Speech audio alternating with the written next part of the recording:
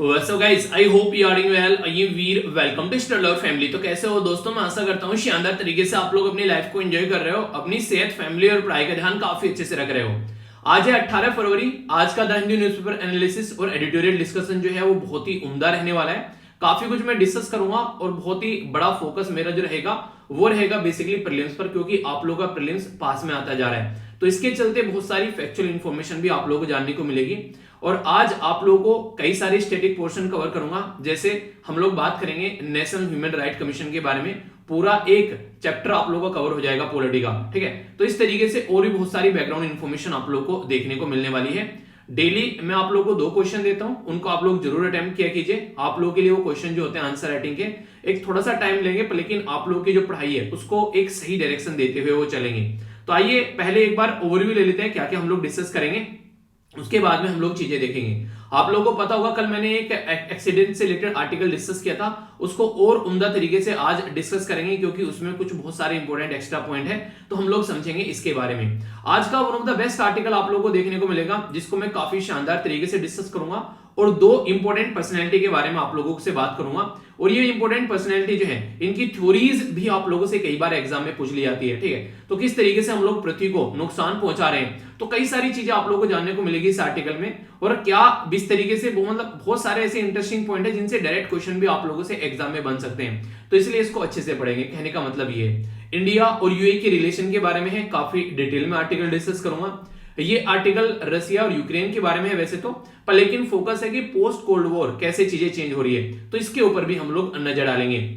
ये जो है हिजाब अभी जो इश्यू चल रहा है उसके बारे में डेटा पॉइंट है, तो ये मैं आप लोगों को टेलीग्राम पर प्रोवाइड करा दूंगा। थोड़े से पॉइंट से कुछ आप लोग देख लेना, वही ये डेटा पॉइंट की हाँ कहां पर कितनी क्या क्या चीजें देखने को मिल रही हैं, तो इसको आप लोग देख लेना, ठीक है। यहाँ पर ये जो आर्टिकल है ये जर्नलिस्ट के बारे में है। एक जर्नलिस्ट जो है वो अपना एक्सपीरियंस शेयर कर रहे हैं और उनके द्वारा बातें कुछ ऐसी बोली जा रही है कि जब से इंटरनेट स्टार्ट हुआ है और ओटीटी प्लेटफॉर्म स्टार्ट हुए हैं, तो यहाँ पर जर्नलिस्ट और जो यहाँ पर जो नए नए कलाकार हैं उनकी दोनों की जिंदगी चेंज हो गई है। अब आप लोग बोलोगे कैसे, क्योंकि आज की डेट में ओटीटी प्लेटफॉर्म जैसे नेटफ्लिक्स हो गया, अमेजन हो गया, वहां पर आज की डेट में ऐसे ऐसे कलाकारों को भी काम मिल रहा है जिनको कभी कोई जो टीवी इंडस्ट्री या फिर फिल्म इंडस्ट्री में पूछा नहीं करता था, यानी कि वहां पर उनको कभी भी मौका नहीं मिलता था, पर लेकिन आज के डेट में उनको अपनी कलाकारी, अपना हुनर दिखाने का मौका मिल रहा है। ऐसी जर्नलिस्ट की बात हो गई है। इंटरनेट के चलते आजकल कोई भी इंसान कहीं भी बैठा हो, ये बोल रहे हैं कि मैं दुनिया में किसी भी कोने में क्यों ना बैठा हो, कहीं भी बैठकर किसी भी पर्सनैलिटी, किसी भी सेलिब्रिटी का मैं इंटरव्यू कर सकता हूं। तो इसकी वजह से चीजें जो है वो काफी हद तक चेंज हो गई हैं। तो ये बातें इनके द्वारा अपना एक्सपीरियंस शेयर किया गया है। ये मैं आप लोगों को इसलिए बता रहा हूं क्योंकि अगर कल को चलकर आप लोग कुछ लिखने के लिए आ जाए कि टेक्नोलॉजी का क्या इंपैक्ट पड़ रहा है आज के डेट में जर्नलिज्म के ऊपर, तो वो भी आप लोग यहाँ पर इसको बता सकते हैं। तो इस तरीके से आप लोग कुछ पॉइंट्स जो है वो इंक्लूड कर सकते हैं, ठीक है। तो ये बातें हैं यहाँ पर, तो हल्का सा पॉइंट है पर लेकिन इंपॉर्टेंट है, पता होना चाहिए, ओके। ये जो आर्टिकल है यहाँ पर ये बेसिकली कोविड-19 के बारे में, इसको आप लोग स्किप कर सकते हैं। अभी सेंट्रल गवर्नमेंट के द्वारा स्टेट गवर्नमेंट को बोला गया कि बाहर जो आप लोगों ने एक तरीके बार लगा रखा है अलग अलग चीजों पर, आप लोग उसको हटा सकते हैं। मतलब ये कि अब आप लोग नॉर्मल तरीके से जिंदगी को जी सकते हैं। तो यहाँ पर अभी राइटर जो है बोल रहे हैं कि इतना भी ज्यादा चीजों को एंजॉय करने की जरूरत नहीं है, अभी कोविड-19 गया नहीं है, तो इसलिए ऐसा नहीं कि अफरा तफरी में आप लोग सारी चीजों को छोड़ छाड़ कर बोलोगे बस अब तो एंजॉय करेंगे, तो ऐसा नहीं होना चाहिए। तो आर्टिकल इंपॉर्टेंट नहीं है, वही है कोविड-19 की चीजें, तो आप लोग इसको स्किप कर सकते हैं। तो ये आर्टिकल में जो डिस्कस करने वाला हूं ये काफी उम्दा रहेंगे, अच्छे से इनको एंजॉय कीजिएगा, काफी कुछ आप लोग को जानने को मिलेगा। इंपॉर्टेंट कोटेशन जो आंसर राइटिंग के लिए भी आप लोग यूज कर सकते हैं, या फिर मेंस में क्वेश्चन बन सकता है, या फिर ऑब्जेक्टिव टाइप भी क्वेश्चन आप लोगों से बन सकता है। डायरेक्ट स्टेटमेंट देकर बोल दें किसके द्वारा बातें बोली गई है। बोला गया कि आज के डेट में अगर एक इंसान को एजुकेशन दी जाती है तो वो इंसान का कैरेक्टर फॉर्म करती है, यानी कि चरित्र निर्माण करती है, उसकी जो मेंटल स्ट्रेंथ यानी कि माइंड की जो क्षमता है वो बढ़ाती है, और इसी के साथ में उसका बौद्धिक विकास भी करती है, इसी के साथ में यहाँ पर उसको अपने पैरों पर खड़ा करती है। तो एजुकेशन यानी कि शिक्षा जो है वो इतना खतरनाक वेपन है, अगर किसी इंसान को मिल जाए तो वो इस दुनिया को पलट सकता है। तो आप लोग समझ सकते हैं, पर लेकिन लोग इसको इस तरीके से यूटिलाइज ही नहीं करते। लोग पता नहीं क्या किस दुनिया में रहते हैं, वरना कलम से भी इंसान जो है वो आज के में ऐसे ऐसे काम कर सकता है, नहीं कलम से भी क्रांति इंसान लेकर आ सकता है, पर लेकिन इंसान जो है आज के में हथियारों के पीछे ज्यादा पड़ा हुआ है। चलिए जो भी है, स्वामी विवेकानंद जी के द्वारा ये बात जो है सालों पहले बोल दी गई थी, आज की डेट में हम लोग इसको समझ रहे हैं, तो आप लोग यूज कर सकते हैं। अगर एजुकेशन के बारे में कुछ लिखने के लिए आ जाए तो ये एक अच्छी कोटेशन आप लोगों के लिए हो सकती है, ओके। कुछ क्वेश्चन है जो कि आप लोगों को यहाँ पर अटेम्प्ट करने हैं। अरेंज करने हैं नेशनल पार्क जो आसाम के अंदर में है वेस्ट टू ईस्ट, ये मैंने आप लोग कई बार पढ़ा है, इसके बारे में बताऊंगा वीडियो के एंड में, तब तक आप लोग अटेम्प्ट कीजिए। काजीरंगा, नामेरी, दियांग, पटकई, इसी के साथ में मानस, ठीक है। तो ये बताइए कहां से बेसिकली अगर आप लोग चलते हैं यहाँ पर वेस्ट से ईस्ट, तो आप लोगों को यहाँ पर बताना है कि कौन कौन सा पहले आता है और कौन सा बाद में आता है। टोटल मिलाकर कई सारे नेशनल पार्क हैं यहाँ पर अभी आसाम के अंदर, मैं सारे आप लोगों को वीडियो के एंड में बता दूंगा, तब तक आप लोग क्वेश्चन को अटेम्प्ट कर लीजिए, ठीक है। तो यहाँ पर क्या सही है, A B C F D, आप लोग अटेम्प्ट कीजिए इसको। इंपॉर्टेंट क्वेश्चन है यहाँ पर लेदर इंडस्ट्री के बारे में बात की जा रही है। हमारे देश में लेदर इंडस्ट्री के बारे में क्वेश्चन अगर पूछे तो उसका आंसर आप लोगों को पता होना चाहिए। तो क्या क्या बातें एक बार समझ लेते हैं। बोला गया कि इंडिया जो है वो आज के डेट में लार्जेस्ट प्रोड्यूसर है फुटवेयर का, और जो लेदर गारमेंट्स होते हैं इनके जो चमड़े के जूते और ये जो दूसरे सामान बनाए जाते हैं बैग वगैरह, सबसे ज्यादा हमारी कंट्री में प्रोड्यूस किए जाते हैं। इंडिया सेकंड लार्जेस्ट एक्सपोर्टर है, यानी कि हम लोग बेचते भी सबसे ज्यादा है इंडिया के बाद में। तो कौन सी स्टेटमेंट करेक्ट है। तो ऐसे क्वेश्चन रिसेंटली आप लोगों से एग्जाम में पूछे गए हैं और इंपॉर्टेंट क्वेश्चन है अगर बात करें, क्योंकि लेदर इंडस्ट्री अभी न्यूज में थी। तो कौन सा स्टेटमेंट सही है, A B C F D. तो सही आंसर आप लोग बताइए, यानी कि अटेम्प्ट कीजिए। वीडियो के एंड में मैं आप लोगों को इसका आंसर बताऊंगा, तब तक अटेम्प्ट कीजिए। इसी के साथ में यहाँ पर ये क्वेश्चन जो है ये यूपीएससी में प्रीलिम्स से पूछा जा चुका है। मुगल एम्परर जो है उनके बारे में बात की गई है, जिनके टाइम पर ईस्ट इंडिया कंपनी जो है वो फर्स्ट अपनी फैक्ट्री स्टेब्लिश कर पाई थी। तो अकबर, जहांगीर, शाहजहां या फिर औरंगजेब। तो सही आंसर क्या है, A B C F D, इसको आप लोग बताइए। तो सबके आंसर जो है वो वीडियो के एंड में मैं आप लोगों को प्रोवाइड करा दूंगा। बाकी बहुत ही कुछ उम्दा डिस्कस करूंगा, जैसा मैंने आप लोगों को बताया था। कई सारी इंपॉर्टेंट बातें आप लोगों को जानने को मिलेगी न्यूज एनालिसिस में भी। तो वीडियो को यार एंड तक देखिएगा, स्टैटिक पोर्शन के साथ में आप लोगों को चीजें बताने वाला हूं, ठीक है। और जैसा मैंने बोला एक पूरा एक आप लोगों का आर्टिकल रहेगा, जिसमें मैं आप लोगों को नेशनल ह्यूमन राइट कमीशन के बारे में बताऊंगा, क्या क्या स्ट्रक्चर है और क्या क्या चीजें, पूरा एक बेसिक आप लोगों का वहां पर कवर हो जाएगा, ठीक है। तो अच्छे से समझेंगे मानव अधिकार के बारे में। तो एक चैप्टर आप लोगों का पॉलिटी का भी कवर करा दूंगा, वीडियो को एंड तक देखिएगा अच्छे से, ठीक है। आगे चलते हैं, सबसे आगे चलते हैं यहाँ पर। अब बात करते हैं नेक्स्ट फेज के बारे में। ये जो फेज है, पहली बार मुझे ऐसा लगा आर्टिकल पढ़ने के बाद में कि हाँ यार, आज की डेट में जो बोलना चाहिए था वो बोला गया किसी इंसान के द्वारा। क्यों?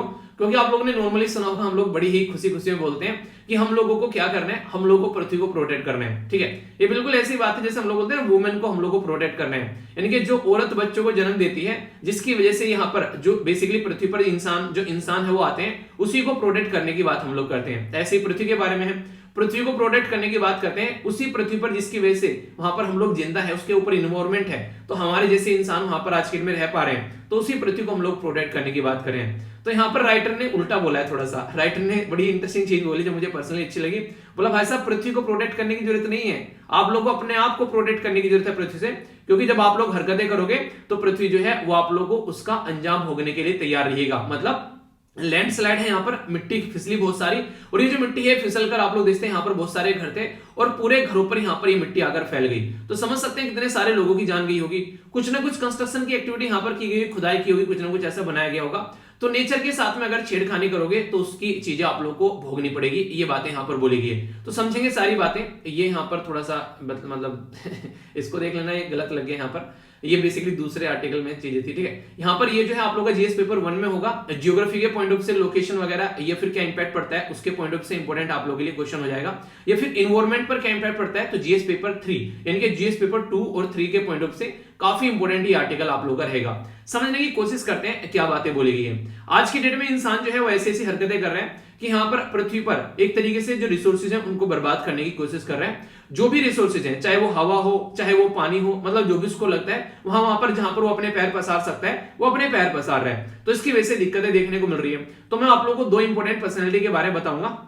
उससे पहले प्राइम मिनिस्टर मोदी साहब के द्वारा बड़ी ही शानदार स्टेटमेंट बोली गई है, इसको समझने की कोशिश कीजिए। और इसी के चलते यहाँ पर जो राइटर हैं वो यहाँ पर रेस्पॉन्ड कर रहे हैं। बोला गया प्राइम मिनिस्टर मोदी साहब जो है ना, उनके द्वारा अभी यहाँ पर फर्स्ट जब एड्रेस किया गया अपना, तो उसमें एक थीम थी इन्वायरमेंट के ऊपर, उनके द्वारा बोला गया कि प्लैनेट जो है वो फर्जाइल है, यानी कि जिस पृथ्वी पर हम लोग रहते हैं वहां पर काफी फर्जाइल प्लैनेट है, ठीक है। बट लेकिन अगर बात करें तो एक तरीके से हम लोग एक कमिटमेंट होने चाहिए चीजों को प्रोटेक्ट करने के लिए, ठीक है, कंजर्व करने के लिए नेचर को। तो एक तरीके से आप लोग ऐसे ही बोल सकते हैं कि आज की डेट में प्लैनेट फर्जाइल नहीं है, हमारे कमिटमेंट फर्जाइल है, यानी कि जो बातें हम लोग बोलते हैं, जो बातें हम लोग करते हैं, कथनी और करने में काफी ज्यादा फर्क होगा यहाँ पर। तो ये बातें इस तरीके से इनके द्वारा समझाने की कोशिश की गई। अब 2 इंपॉर्टेंट पर्सनैलिटी के बारे में याद रखिएगा। जेम्स लोवलॉक, इनके द्वारा यहाँ पर गाइड हाइपोथेसिस दी गई। ये हाइपोथेसिस केस के बारे में बात करूंगा। इसी के साथ में नोबेल लॉरेट जिनका नाम है यहाँ पर पॉल क्रिजन, इनके द्वारा भी कुछ बातें बताएगी। और यहाँ पर एंथ्रोपोसेनिक एरा क्या है, ये काफी इंपॉर्टेंट टर्म है जो कि इस आर्टिकल की जान आप लोग बोल सकते हैं। क्या है यहाँ पर सबसे पहले समझते हैं। ये बात की जा रही है गैर परिकल्पना या फिर हाइपोथेसिस जिसको बोलते हैं। तो यहाँ पर जोन्स लवलॉक के द्वारा ये 1972 में ये हाइपोथेसिस दी गई थी। हाइपोथेसिस मतलब एक तरीके की परिकल्पना कि ऐसा कुछ हो सकता है। आप लोग बोलते हैं ना कि जिंदगी में ऐसा होगा तो ऐसा कुछ हो जाएगा, वही वाली बातें यहाँ पर इनके द्वारा बोली गई। इसमें काफी इंटरेस्टिंग चीजें ये बोलेगी, जैसे आज के दिन में हम लोग पेड़ काट देते हैं, ठीक है। तो पेड़ काटना नॉर्मली हम लोग क्या करते हैं, अपने एरिया में कहीं पेड़ काट रहे हैं, वहां पर खेती करना स्टार्ट कर दिया। हम लोगों ने तो नॉर्मली पेड़ काटे ना, पर लेकिन पेड़ काटने का इंपैक्ट क्या होता है, उसकी वजह से बारिश भी कम होने लगती है, ठीक है, क्योंकि सारी चीजें जो है नेचर में एक दूसरे के साथ में कनेक्टेड है। तो इस तरीके से अगर आप लोग पेड़ काटते चले जाएंगे तो कहीं ना कहीं पृथ्वी पे से बारिश जो है वो कम होती चली जाएगी। और आप लोगों को पता है पृथ्वी पर जीवन जो है वो संभव इसीलिए है क्योंकि यहाँ पर पानी है। हम लोग चांद पर भी तो ढूंढ रहे हैं ना पानी, तो वहां पर आज के दिन में जीवन संभव इसी की वजह से, तो पृथ्वी पर भी जीवन संभव इसी की वजह से। सारी चीजें एक दूसरे के साथ में कनेक्ट होती हैं और सारी चीजें जो है यहाँ पर एक दूसरे के साथ में कनेक्ट रहने के बाद में चीजों को रेगुलेट भी करती रहती है, कनेक्टिविटी बनी रहती है। तो बायोकेमिकल कंडीशन जो है यहाँ पर वो ऐसी है पृथ्वी पर, जिसकी वजह से पृथ्वी पर लाइफ यानी कि पॉसिबल है हम जैसे लोगों का रहना। तो अगर किसी भी चीज के साथ में छेड़खानी करते हैं, हम लोग एयर को पोल्यूट करते हैं, ठीक है, हम लोग जैसे पेड़ पौधे काटते हैं, इसी के साथ में मिट्टी को पोल्यूट करते हैं, पानी को पोल्यूट करते हैं, तो जो भी हम लोग ये हरकतें कर रहे हैं वो सारी हरकतें इनडायरेक्ट वे में हम लोग ऐसी कर रहे हैं कि कल को इनका खामियाजा हम ही को भुगतना पड़ेगा। पृथ्वी थोड़ी ना बर्बाद हो रही है, हम लोग बर्बाद हो रहे हैं। हमारे जैसे पता नहीं कितने आए और कितने चले गए, पृथ्वी वहीं की वहीं है और वहीं की वहीं रहेगी। तो ये बातें बोली गई। तो यहाँ पर इनके द्वारा बोला गया चाहे जेम्स लवलॉक से लेकर आज तक के जो नोबेल ल्यूरेट हैं यहाँ पर पॉल क्रिजन, इन तक सब तक अगर आप लोग बात करोगे तो यही बातें बोली गई। अब यहाँ पर एक तो ये पर्सनैलिटी की जो हाइपोथेसिस है बता दी, डायरेक्ट आप लोगों से एग्जाम में से क्वेश्चन पूछे गए कि ये हाइपोथेसिस किसके द्वारा दी गई है या फिर इसमें क्या बातें की गई है, क्या इसका मतलब था, ठीक है। तो ये बातें बोली गई। तो इन्वायरमेंट के साथ में कनेक्शन बताया गया अगर इंसान छेड़खानी करता है। इसी पैटर्न में यहाँ पर बात की जा रही है पॉल जे क्रिजन के बारे में, और ये इंपॉर्टेंट इसलिए भी है, मैंने यहाँ पर आप लोगों को बताया भी था जब यहाँ पर अभी रिसेंटली 28 जनवरी, रिसेंटली नहीं हालांकि लास्ट ईयर इनकी रिसेंटली डेथ भी हुई है, तो इसलिए क्वेश्चन भी बनने के चांसेस आप लोगों से यहाँ पर बन सकते हैं। यहाँ पर पॉल जे क्रिजन जो है इनको नोबेल प्राइज मिला था बेसिकली यहाँ पर केमिस्ट्री के फील्ड में। तो यहाँ पर इनके द्वारा भी कई सारी बातें यहाँ पर बताई गई, ठीक है। और खासकर इनका जो फोकस रहा यहाँ पर ये इन्वायरमेंट के ऊपर काफी फोकस रहा। इनके द्वारा भी बोला गया आज के में जो केमिकल्स निकलते हैं ओजोन लेयर पर जो बहुत ज्यादा इंपैक्ट डाल रहे हैं, जिसकी वजह से ग्लोबल वार्मिंग भी आप लोगों को बढ़ती हुई नजर आ रही है। यानी कि आज की डेट में आप लोग जो भी हरकतें करते हैं ना, जैसे घरों में हम लोग क्या करते हैं, जो भी आज के में कूलर चला रहे हैं, एसी चला रहे हैं, या फिर हम लोग कोई भी कोयला जला रहे हैं अपनी फैक्ट्रीज के अंदर में, कोई व्हीकल हम लोग चला रहे हैं, इसमें से सब में से जो भी यहाँ पर कार्बन डाई एमिशन होता है वो डायरेक्ट इंपैक्ट डालता है हमारे क्लाइमेट पर। अगर ये संख्या इतनी ज्यादा बढ़ जाए कि यहाँ पर आज की डेट में जो हम लोग ऑक्सीजन जो पेड़ पौधे हम लोग काट रहे हैं उसकी वजह से ऑक्सीजन की कमी हो रही है, कार्बन डाइऑक्साइड बढ़ रही है, तो टेम्परेचर जो बढ़ रहा है उसकी वजह से यहाँ पर ग्लेशियर पिघल रहे हैं, तो वो सारी चीजें आप लोगों को देखने को मिल रही है। तो मुद्दा यह है कि आने वाले टाइम में जो त्रासदी देखने को मिल रही है उसके बारे में हम लोग जो है सोचते नहीं है, हम लोग बस प्रेजेंट टाइम पर चीजों को एंजॉय करते रहते हैं। तो इसी के चलते चीजें देखने को मिलेगी। और ये एंथ्रोपोसीन जो एरा है वो हम लोग को ले डूबेगा।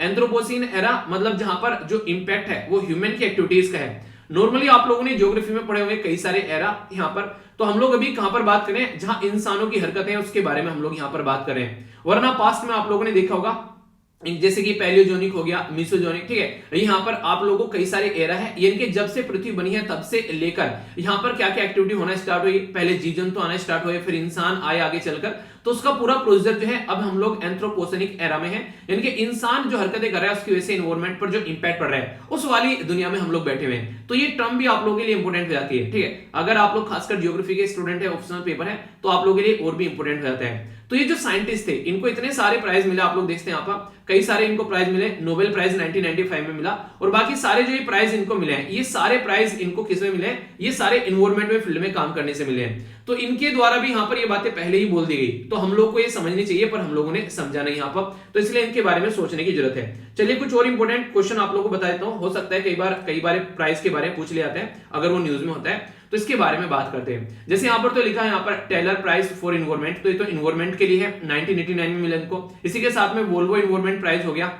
नोबेल प्राइज इन केमिस्ट्री इनको बताई दिया मैंने आप लोगों को, जो कि 1995 में मिला। एक है यहाँ पर फोरमैन आरएस, ठीक है, तो फोरमैन आरएस जो प्राइज है यहाँ पर ये 2006 में मिला इनको। तो यहाँ पे किसके द्वारा दिया जाता है, अगर आप लोगों से पूछ ले तो ये दिया जाता है यहाँ पर रॉयल सोसाइटी। रॉयल सोसाइटी जो है यहाँ पर बेसिकली लंदन के अंदर उनके द्वारा दिया जाता है। अगर कोई यहाँ पर नेचर के अंदर कुछ ऐसे इंप्रूवमेंट करता है जिससे नेचर जो है वो प्रोटेक्टिव होती है, तो ये है यहाँ पर 4 MEMRS, ठीक है, तो MEMRS, तो ये प्राइज है। इसी के साथ में बात करते हैं लोमोनोसोव, ये गोल्ड मेडल है। तो ये किसके द्वारा दिया जाता है और किस फील्ड में दिया जाता है, तो ये भी काफी इंटरेस्टिंग है, इसके बारे में आप लोगों को पता होना चाहिए। ये प्राइज जो दिया जाता है रशियन बेसिकली गवर्नमेंट के द्वारा दिया जाता है, ठीक है। तो ये रशियन साइंटिस्ट के नाम पर यहाँ पर, जिसके चलते यहाँ पर ये प्राइज दिए जाते हैं, जिनका नाम था मिखाइल लोमोनोसोव, ठीक है। तो ये इनके द्वारा ये प्राइज है। तो ये भी इन्वायरमेंट के फील्ड में क्या हम लोग कर रहे हैं, तो इतने सारे प्राइज यहाँ पर इनको मिले, तो इनके द्वारा जब ये बातें बोल दी गई, और फिर भी यानी कि कहने का मतलब ये है कि देखिए माँ बाप बोलते रहते हैं सुधर जाओ वरना जिंदगी बर्बाद हो जाएगी, पर हम लोग उन चीजों को इग्नोर करते रहते हैं कि हाँ बड़ी बातें हैं, हम तो स्मार्ट हो गए, और माँ बाप की बात नहीं सुनते, इग्नोर करते रहते हैं। वही चीजें यहाँ पर देखने को मिल रही है कि बड़े बड़े साइंटिस्ट जो है बातें बोलकर चले गए और हम लोग अपनी लाइफ को एंजॉय कर रहे हैं, हम लोग को कुछ मतलब ही नहीं है, तो उसकी वजह से खामियाजा भुगतना पड़ रहा है। आज की डेट में सबसे ज्यादा अगर मोर कॉम्प्लेक्स चीजों के बारे में आप लोग बात करेंगे, वो है जिनको हम लोग अंडरस्टैंड भी नहीं कर पा रहे हैं। ये इंटरेस्टिंग फैक्ट आप लोग सुनिएगा थोड़ा। पृथ्वी पर हम लोग क्या कर रहे हैं, पेड़ पौधों को काटकर कहीं गेहूं उगा रहे हैं तो कहीं चावल उगा रहे हैं, तो इसकी वजह से भी कहीं ना कहीं पृथ्वी पर काफी ज्यादा इंपैक्ट पड़ रहा है। जब पेड़ पौधों को काटा जाता है और गेहूं और चावल को उगाया जाता है, तो उसकी वजह से भी ये इंपैक्ट एकदम तो आप लोगों को देखने को नहीं मिलता है, पर लेकिन जब ये इंपैक्ट चलता रहता है, ये लंबे समय तक आप लोगों को नजर आएगा। ये बिल्कुल ऐसे ही है जैसे आप लोगों को स्टार्टिंग में पता नहीं चलता आप लोगों का वेट बढ़ रहा है, पर लेकिन आप लोग जैसे अपनी जिंदगी जीते रहते हैं, आराम आराम से एक दिन पता चलता है अरे यार ये तो 5 किलो ज्यादा हो गया, तो फिर आप लोगों को समझ में आता है यार गलतियां कर दी। तो उसी तरीके से यहाँ पर अभी चीजें समझ में आनी स्टार्ट हो चुकी हैं। हम लोग जितना बात कर रहे हैं, अभी ब्राजील में अमेजन फॉरेस्ट को कट कर रहे हैं और वहां पर एग्रीकल्चर करने की बात की जा रही है। हर जगह यहाँ पर डेवलपमेंट के ऊपर फोकस चल रहा है। तो इंडस्ट्रियल एज जब स्टार्ट हुई थी, जब यहाँ पर हम लोगों ने मशीनों के थ्रू सामान बनाने स्टार्ट किया था, और जब से यहाँ पर फोसिल फ्यूल आया, यानी कि दोनों टाइम पर फोसिल फ्यूल, आज के डेट में अगर बात करें बहुत सारी कंट्री ऐसी हैं जिनका कोई पहले नाम भी नहीं जानता था, सऊदी अरेबिया, ईरान, इराक, और ये आज के डेट में बेसिकली डॉलर में खेल रही है, यानी कि पैसों में खेल रही है। क्यों? क्योंकि यहाँ पर तेल निकला 1960s में, और उसके चलते यहाँ पर चीजें जो है वो इंप्रूव होता हुआ नजर आ गई, यानी कि यहाँ पर लोगों ने तेल का इस्तेमाल करना स्टार्ट किया और इनकी जिंदगी जो है वो संवर गई। पर लेकिन फिर से दुनिया जो है वो चेंज होती रहती है, हमेशा एक जैसा नहीं रहता है, हमेशा कोई भी इंसान टॉप पर नहीं रहता है। कोई कभी एक्टर टॉप पर था, कोई कभी पॉलिटिशियन टॉप पर था, आज कोई और है। यही टाइम का एक तरीके से प्रवृत्ति का नेचर है, कभी ना कभी कोई टॉप पर रहेगा और कोई नीचे जाता रहेगा। तो ये सारी चीजें डिपेंड करती हैं कि उस टाइम पर सिचुएशन कैसी बनी है। तो एक टाइम पर यहाँ पर फोसिल फ्यूल की जो एंजॉय कर रहे हैं सारे देश, ये इतना पैसा कमा चुके हैं। इंडस्ट्रियल एरा में यहाँ पर यूके इनके द्वारा, वेस्टर्न वर्ल्ड के द्वारा, जापान, यूएसए के द्वारा अपनी जिंदगी को एंजॉय किया गया, खूब पैसे कमाए गए। अब यहाँ पर वो कंट्री एंजॉय करेंगी जिनमें सोलर एनर्जी की भरपूर मात्रा है। क्यों? क्योंकि यहाँ पर एनर्जी जो है वो सोलर एनर्जी से यहाँ पर क्रिएट की जाएगी। तो अभी 1 वर्ल्ड 1 ग्रिड और 1 सन की बात हम लोगों ने की उसमें। चलिए क्वेश्चन बताइए, 1 वर्ल्ड 1 ग्रिड 1 सन का जो कॉन्सेप्ट है यहाँ पर, ये यहाँ पर 2 कंट्री के द्वारा मिलकर आगे ले जाएगा, ठीक है। तो अभी यहाँ पर कॉन्फ्रेंस ऑफ पार्टी हुई थी, उसमें हम लोगों ने इसके बारे में जिक्र भी किया था। बताइए यहाँ पर जो बेसिकली यूके ने कौन सा कॉन्सेप्ट दिया था इसके साथ में इंक्लूड कर, वो मैंने डिस्कस भी किया था आप लोगों से, टेंशन मत लेना, कल आंसर बता दूंगा, आप लोग अटेम्प्ट कर सकते हैं जब तक। थोड़ा सा डिफरेंट क्वेश्चन है पर लेकिन इंपॉर्टेंट क्वेश्चन है, ठीक है। एग्जाम में ऐसे क्वेश्चन फ्रीक्वेंटली बन जाते हैं। जो गरीब तबका है सोसाइटी पे सबसे ज्यादा इंपैक्ट उस पे पड़ता है। अगर उत्तराखंड में बात करें, अभी यहाँ पर एवलांच देखने को मिला, रॉक का एवलांच, मतलब पत्थर ऐसे टूट कर आए। और आप लोगों को याद होगा ट्विटर पर एक पिक्चर मैंने शेयर की थी, वो एक लड़की जो है एक ब्रिज के पास में खड़ी हुई थी और वहां पर वो बेसिकली पिक्चर एक तरीके से ले रही थी अपनी। तो वहां पर ऊपर से जो नहीं एक पत्थर रड़कते हुए आए और वो पुल पर गिरे और उसकी वजह से यहाँ पर उसकी डेथ हुई, कई सारे लोगों की जान गई वहां पर। वो इस तरीके से घटना यहाँ पर देखने को मिली नेचर की। इसी के साथ में जब आइस इस तरीके से यहाँ पर चलते हैं तो कई सारी चीजों को डिस्ट्रॉय करता हुआ हो जाता है। तो ये भी चीजें मैंने आप लोगों को कई बार बताई हैं, खासकर जब आईपीसीसी वाला लेक्चर मैंने बनाया था उसमें ये सारी चीजें बताई थी कि क्लाइमेट चेंज जो है वो कैसे इंपैक्ट डालता है, ठीक है। तो आईपीसीसी बाय वीर अगर सर्च करोगे तो आप लोगों को वो सारी चीजें देखने को मिल जाएगी। तो ये सारी चीजें क्या है, ये कहीं ना कहीं हमारी हरकतें हैं जिसकी वजह से इंपैक्ट पड़ रहा है। कहीं बाढ़ आ रही है, कहीं लैंडस्लाइड, यानी कि इस तरीके की चीजें हैं, रास्ते बर्बाद हो जा रहे हैं और इंसानों के ऊपर भी यहाँ पर चीजें देखने को मिल रही है जो मैंने आप लोगों को यहाँ पर बताया। तो ये आज की डेट में हम लोगों को पृथ्वी से बचने की जरूरत है, क्योंकि पृथ्वी पर अर्थक्वेक आएगा तो भाई साहब कहां जाओगे। तो इंसानों को बचना है पृथ्वी से, ना कि पृथ्वी को बचना है इंसानों से। तो ये बात राइटर बोल रहे हैं और ये बात जितनी ज्यादा समझ में आ जाए उतनी ही ज्यादा अच्छा है। क्योंकि पृथ्वी जो है वो जब भी अपने आप को रीअरेंज करेगी, अर्थक्वेक आएगा, डिजास्टर आएगा, तो फिर लोग और जो एनिमल है उनकी लाइफ वनरेबल होगी, ना कि प्लैनेट की लाइफ वनरेबल है। ठीक है, तो बात यहां पर ये की जा रही है कि एक तरीके से जो इंसान है वो यहां पर अपने आप को बचाओ भाई साहब, अगर हरकतें कर रहे हो, ना कि पृथ्वी को बचाने की जरूरत है। तो ये वाला कॉन्सेप्ट है, ये ऐसे इस तरीके से बोलना, ये पहली बार जो राइटर है वो इस तरीके से कोई बोल रहा है जो मुझे लगा, वरना ये कहते थे पृथ्वी को बचाओ, पानी को बचाओ, इनको बचाओ। अरे पानी खराब हो रहा है भाई साहब, तो आप लोग अपने आप को बचाने की जरूरत है, क्योंकि आप ही लोग पियोगे ना उस पानी को। तो ये कॉन्सेप्ट नॉर्मली लोग नहीं समझ रहे हैं, तो इसको समझाने की जरूरत है यहाँ पर। आज की डेट में हम लोग पोल्यूट करते जा रहे हैं चीजों को, जितना ज्यादा पोल्यूट कर रहे हैं उतना ही ज्यादा अपने पैरों पर कुल्हाड़ी मार रहे हैं, किसी और को नहीं, अपने आप को बर्बाद कर रहे हैं। और जो वनरेबिलिटी है यहाँ पर आज के में इंसान क्या है, इकोनॉमिक डेवलपमेंट के पीछे भाग रहा है और इन्वायरमेंट को छोड़ दे रहा है पीछे। तो ये सारी चीजें कहीं ना कहीं आने वाले टाइम में हम लोगों के सामने आकर इस तरीके से खड़ी होंगी, तब हम लोग समझेंगे कि हम लोग अब कहां जाएं, तो जाए कहां, फिर उस टाइम पर कोई सोल्यूशन नहीं होगा। तो नेट जीरो का टारगेट तो रख दिया अलग अलग देशों ने, हमने 2070 में रख दिया है। चाइना का कब तक है पता है आप लोगों को? चाइना का बताइए और यूएसए का भी बताइए। चलिए इनका आप लोगों को देखने को मिलेगा। इवन आज के में जो खासकर बात करें सऊदी अरेबिया, उसने भी 1960s में अपना रख दिया 1960। तो ये सारे टारगेट तो हम लोगों ने रख दिए, पर लेकिन जो रिक्वायरमेंट है प्रेजेंट टाइम पर वो ज्यादा है एज कंपेयर टू फ्यूचर में। तो जिस तरीके से साइज ऑफ पॉपुलेशन आप लोगों को देखने को मिलेगा हमारे देश का भी, उस तरीके से हम लोग कई बार बोलते हैं कि डेवलपमेंट कर लेते हैं पहले थोड़ा सा, और यहाँ पर तब देखेंगे, उसके बाद में सोचेंगे क्या करना है। तो जितना आप लोग चीजों को लेट करोगे उतना ही ज्यादा आप लोगों को इसका उन्हें कहते हैं एक तरीके से पे करना पड़ेगा, इसका उतना ही ज्यादा आप लोगों को यहाँ पर इसका खामियाजा भुगतना पड़ेगा। तो ये बातें हैं, तो हम लोग को अपनी प्रायोरिटी देखने को मिलेगी, मतलब प्रायोरिटी लेकर चलनी पड़ेगी कि नेचुरल में बैलेंस कैसे बनाना है। अगर बैलेंस नहीं बनाओगे तो ये काफी ज्यादा खतरनाक एक तरीके से दिक्कतें क्रिएट होती नजर आएगी, और खासकर जो भी लोग यहाँ पर है वो झेलेंगे, और गरीब तबका तो सोसाइटी में बहुत ज्यादा झेलेगा। क्योंकि अगर कोई इस तरीके से जान जा रही है, ठीक है, कहीं पर कोई यहाँ पर दबका मर रहा है, किसी के ऊपर ज्यादा इंपैक्ट पड़ रहे हैं, तो सबसे बड़ा सेक्शन है गरीब तबका सोसाइटी का। ठीक है, तो ये है यहाँ पर काफी इंपोर्टेंट एक आर्टिकल जो मैंने डिस्कस किया, और जो ये थ्योरी दो बताई यहाँ पर इनके बारे में जरूर रखिएगा। थोड़ा सा जब एग्जामिनर इंपोर्टेंट मतलब एक तरीके से मजा लेने के मूड में आता है, तब ऐसे ऐसे क्वेश्चन आप लोगों से पूछ लेता है। बाकी आंसर राइटिंग दूंगा, आंसर राइटिंग जरूर आप लोग अटेम्प्ट कीजिएगा। रेगुलर आप लोगों को यहाँ पर ये काम करना है। 3 टेलीग्राम ग्रुप है जहां से जाकर आप लोग यहाँ पर पीडीएफ वगैरह, पहले पर है यहाँ पर आप लोगों को नोट्स वगैरह मिल जाते हैं सारी इकट्ठे। ठीक है, और यहाँ पर कल आप लोगों के लिए खुशखबरी भी थी, मैंने शेयर कर दी थी, एक वीडियो बनाई थी कि वैकेंसी वगैरह बढ़ गई है, क्यों बढ़ी है, वो सारी चीजें मैंने आप लोगों को बताई थी यहाँ पर। बाकी आंसर राइटिंग ग्रुप आप लोगों को यहाँ देखने को मिलेगा। डेली 2 क्वेश्चन मैं पोस्ट कर देता हूँ, कल भी आप लोगों के लिए क्वेश्चन यहाँ पर पोस्ट किए गए, तो इन क्वेश्चन के आंसर आप लोग जरूर दिया कीजिए। ठीक है, इससे क्या रहेगा, आप लोग यहाँ पर इन क्वेश्चन के जब आंसर दोगे तो एक अच्छे लेवल पर आप लोग अपनी पढ़ाई कर पाओगे। यानी कि प्रीलिम्स, मेंस और इंटरव्यू सबको साथ में लेके चलना है ना, या फिर बस ऐसा है कि बस प्रीलिम्स निकाल लो उसके बाद में छोड़ो, ऐसा तो नहीं है ना। तो इसलिए कम से कम आधा घंटा आप लोग दे सकते हैं डेली आंसर राइटिंग को एटलीस्ट, इससे आप लोग की एक पढ़ाई जो है सही डायरेक्शन में चलती रहेगी।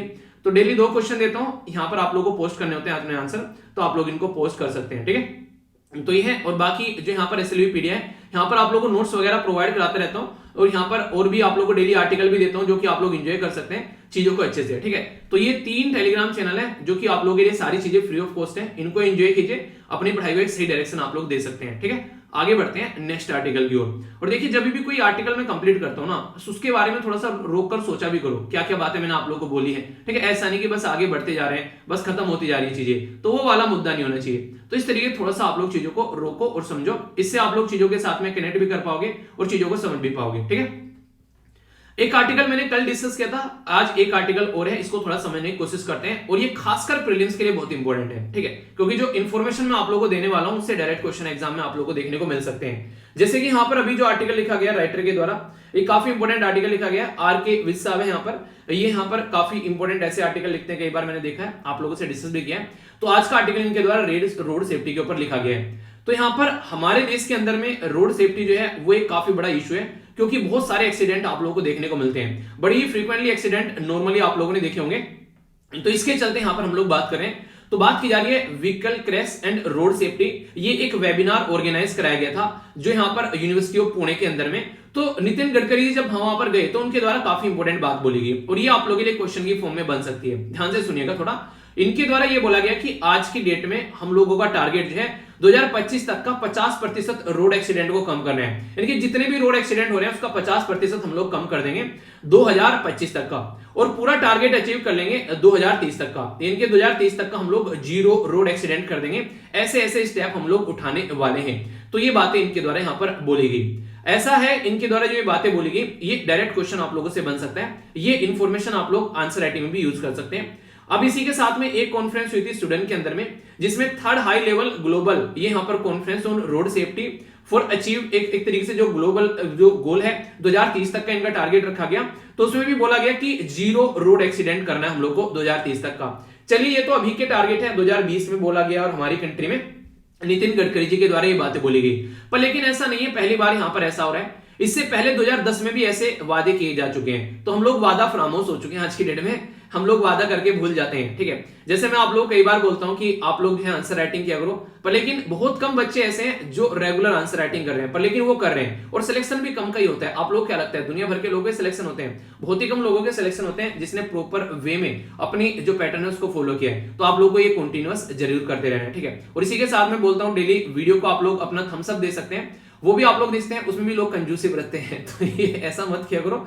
अगर आप लोग को लग रहा है कि लेक्चर अच्छा है तो आप लोग थम्स अप दे सकते हैं लेक्चर को। ठीक है, और अपना फीडबैक जरूर दिया करो, फीडबैक काफी इंपॉर्टेंट होता है, इससे मुझे पता चलता रहता है कि लेक्चर कैसा है। ठीक है, और यूट्यूब को भी पता चलता है, क्योंकि यूट्यूब के ऊपर वीडियो तो हजारों अपलोड होती है रोज, कौन सी वीडियो अच्छी है जिसको उसको अच्छे से आगे लेकर चलना है। तो ये आप लोगों का जो थम्स अप होता है या फिर जो कमेंट होता है या फिर आप लोग जितना वीडियो को शेयर करते हैं उससे यूट्यूब को पता चलता है अच्छा वीडियो अच्छी है। ठीक है, तो उसके चलते यहाँ पर ये चीजें हैं, तो इसके चलते आप लोग ये एक तरीके से इनको चीजों को लेकर चल सकते हैं और ज्ञान मिल रहा है। ये यहाँ पर ऐसा थोड़ी ना कि कोई गुटखा बेच रहा है, ठीक है, तो यार किसी को शेयर कर देंगे तो ये कहेंगे क्या चीजें शेयर कर रहा है, तो ऐसी चीजें थोड़ी ना देखो। तो अच्छी चीजें इनको तो आप लोग शेयर भी कर सकते हैं आसानी से, पर लेकिन शर्माते हो, कोई बात नहीं, चलो पढ़ाई करते रहो अच्छे से। यूनाइटेड नेशन जनरल असेंबली के द्वारा भी यहां पर कुछ बातें बोली गई, ये आप लोगों के लिए इंपॉर्टेंट क्वेश्चन बन सकता है। Global plan for decade of action जो एक्शन फॉर रोड सेफ्टी, यानी कि यहां पर जो यूनाइटेड नेशन जनरल असेंबली के द्वारा भी बोला गया था कि जितने ज्यादा एक्सीडेंट हो रहे हैं उस चीज को ध्यान में रखते हुए जब अलार्मिंग कंडीशन बन गए, इनके एक्सीडेंट जो है वो हद से ज्यादा हो गए, तो बोला गया यहाँ पर 2011 से लेके 20 तक का रोड सेफ्टी के बारे में बात करेंगे और 50% एक्सीडेंट को रिड्यूस करेंगे। तो यहाँ पर 2010 में ये बातें बोली गई थी कि 50% एक्सीडेंट को रिड्यूस करेंगे, और फिर से हम लोग क्या कर रहे हैं 2020 में या फिर 21 में आगे फिर से ये बात बोल रहे हैं कि 2025 तक हम लोग क्या करेंगे 50% एक्सीडेंट को यहाँ पर खत्म करेंगे। और मैं भी यही हूं और आप भी यही हो, फिर 2025 में कुछ ऐसे डिस्कस करते हैं हम लोग नजर आएंगे, क्योंकि नेचर जो है पॉलिटिशियन का वो आप लोगों को नॉर्मली देखने को मिलता है, ये सारी चीज चलती रहती है। क्योंकि उस टाइम पर यहाँ पर बोला गया कांग्रेस के द्वारा से कुछ करेंगे, आज के टाइम बीजेपी बोल रही है, फिर से हो सकता है कांग्रेस आ जाए फिर कोई और आ जाए फिर वही बातें बोले। तो हम भी यही आप भी यही हैं, देखते हैं क्या सोल्यूशन निकलता है। पर ऐसा नहीं है कि बिल्कुल भी स्टेप नहीं उठाए गए, गवर्नमेंट के द्वारा काफी सारे स्टेप उठाए गए, पर लेकिन गवर्नमेंट भी कहां तक चीजें कर लेगी, इंसानों को भी थोड़ा सुधरना पड़ेगा। आज की डेट में आप लोग देखिए इंटरेस्टिंग चीजें आप लोग थोड़ा समझिएगा, इसको जो बोलना जा रहा हूं उसको पर्सनल मत लीजिएगा। जब इंसान जो है आज की डेट में अगर बात करें, जब यहाँ पर अपना ड्राइविंग लाइसेंस देने जाता है तो उसको ड्राइविंग लाइसेंस कैसे मिलता है, आप लोग खुद बताइए, ये एक्सपीरियंस आप लोगों ने भी किया होगा ना। ड्राइविंग लाइसेंस कैसे मिलता है, पता है ना आप लोगों को ड्राइविंग लाइसेंस कैसे मिलता है। तो वो वाली हरकतें आप लोगों ने नॉर्मली खुद ने भी फील की है कि आज की डेट में सबसे जो चैलेंजिंग टेस्ट है वो है यहाँ पर ड्राइविंग स्किल का। इंसान जो है वो यहाँ पर पैसे देकर ड्राइविंग लाइसेंस बनाता है, तो फिर रोड एक्सीडेंट होंगे कि नहीं होंगे, तो ये चीजें आप लोगों को देखने को मिलेगी। बहुत सारी ऐसे रोड हैं जो गड्ढे हुए पड़े हैं, कहीं पर ब्लैक स्पॉट है, पता है कि यहाँ पर एक्सीडेंट हो रहे हैं, और 60% के करीब एक्सीडेंट वहीं पर ही होते हैं। पता है, यानी कि पता है आप लोगों को कि आप लोगों को पढ़ाई करनी चाहिए, पता है आप लोगों को एक्सरसाइज करनी चाहिए, टाइम पर उठकर अपने लेक्चर फॉलो करने चाहिए, पता है, पर फिर भी नहीं करते हो ना। तो यही काम गवर्नमेंट का है, तो गवर्नमेंट में और हमें कोई कमी नहीं है अगर ढंग से देखा जाए तो। हम भी चीजों को इग्नोर करते रहते हैं, आज नहीं कल से करेंगे, वो भी इग्नोर करते रहते हैं कि हम नहीं अगले वाली कर लेगी आखिर, तो वही चीजें आप लोग एंजॉय करते हैं। तो ये सारी चीजें सोचने वाली है यहाँ पर। गवर्नमेंट तो स्टेप उठाती रहती है, गवर्नमेंट तो बना दिए नए रूल और रेगुलेशन। गवर्नमेंट तो अभी यहाँ पर ये भी लेकर आ गई कि हाँ बच्चों को हेलमेट पहनाना है, जो बच्चों को आप लोग आगे बैठाते हो गाड़ी पर उसके लिए हेलमेट पहनाना है, अगर बच्चे की जो एज है वो 9 महीने से लेकर 4 साल के बीच में है, तो उसने तो बना दिया, पर लेकिन आप में से कितने इस रूल को फॉलो करोगे, तो ये भी तो देखने वाली बात है ना। और इसकी वजह से मैंने बताया भी था कि 11,000 बच्चों की जान गई 2019 में।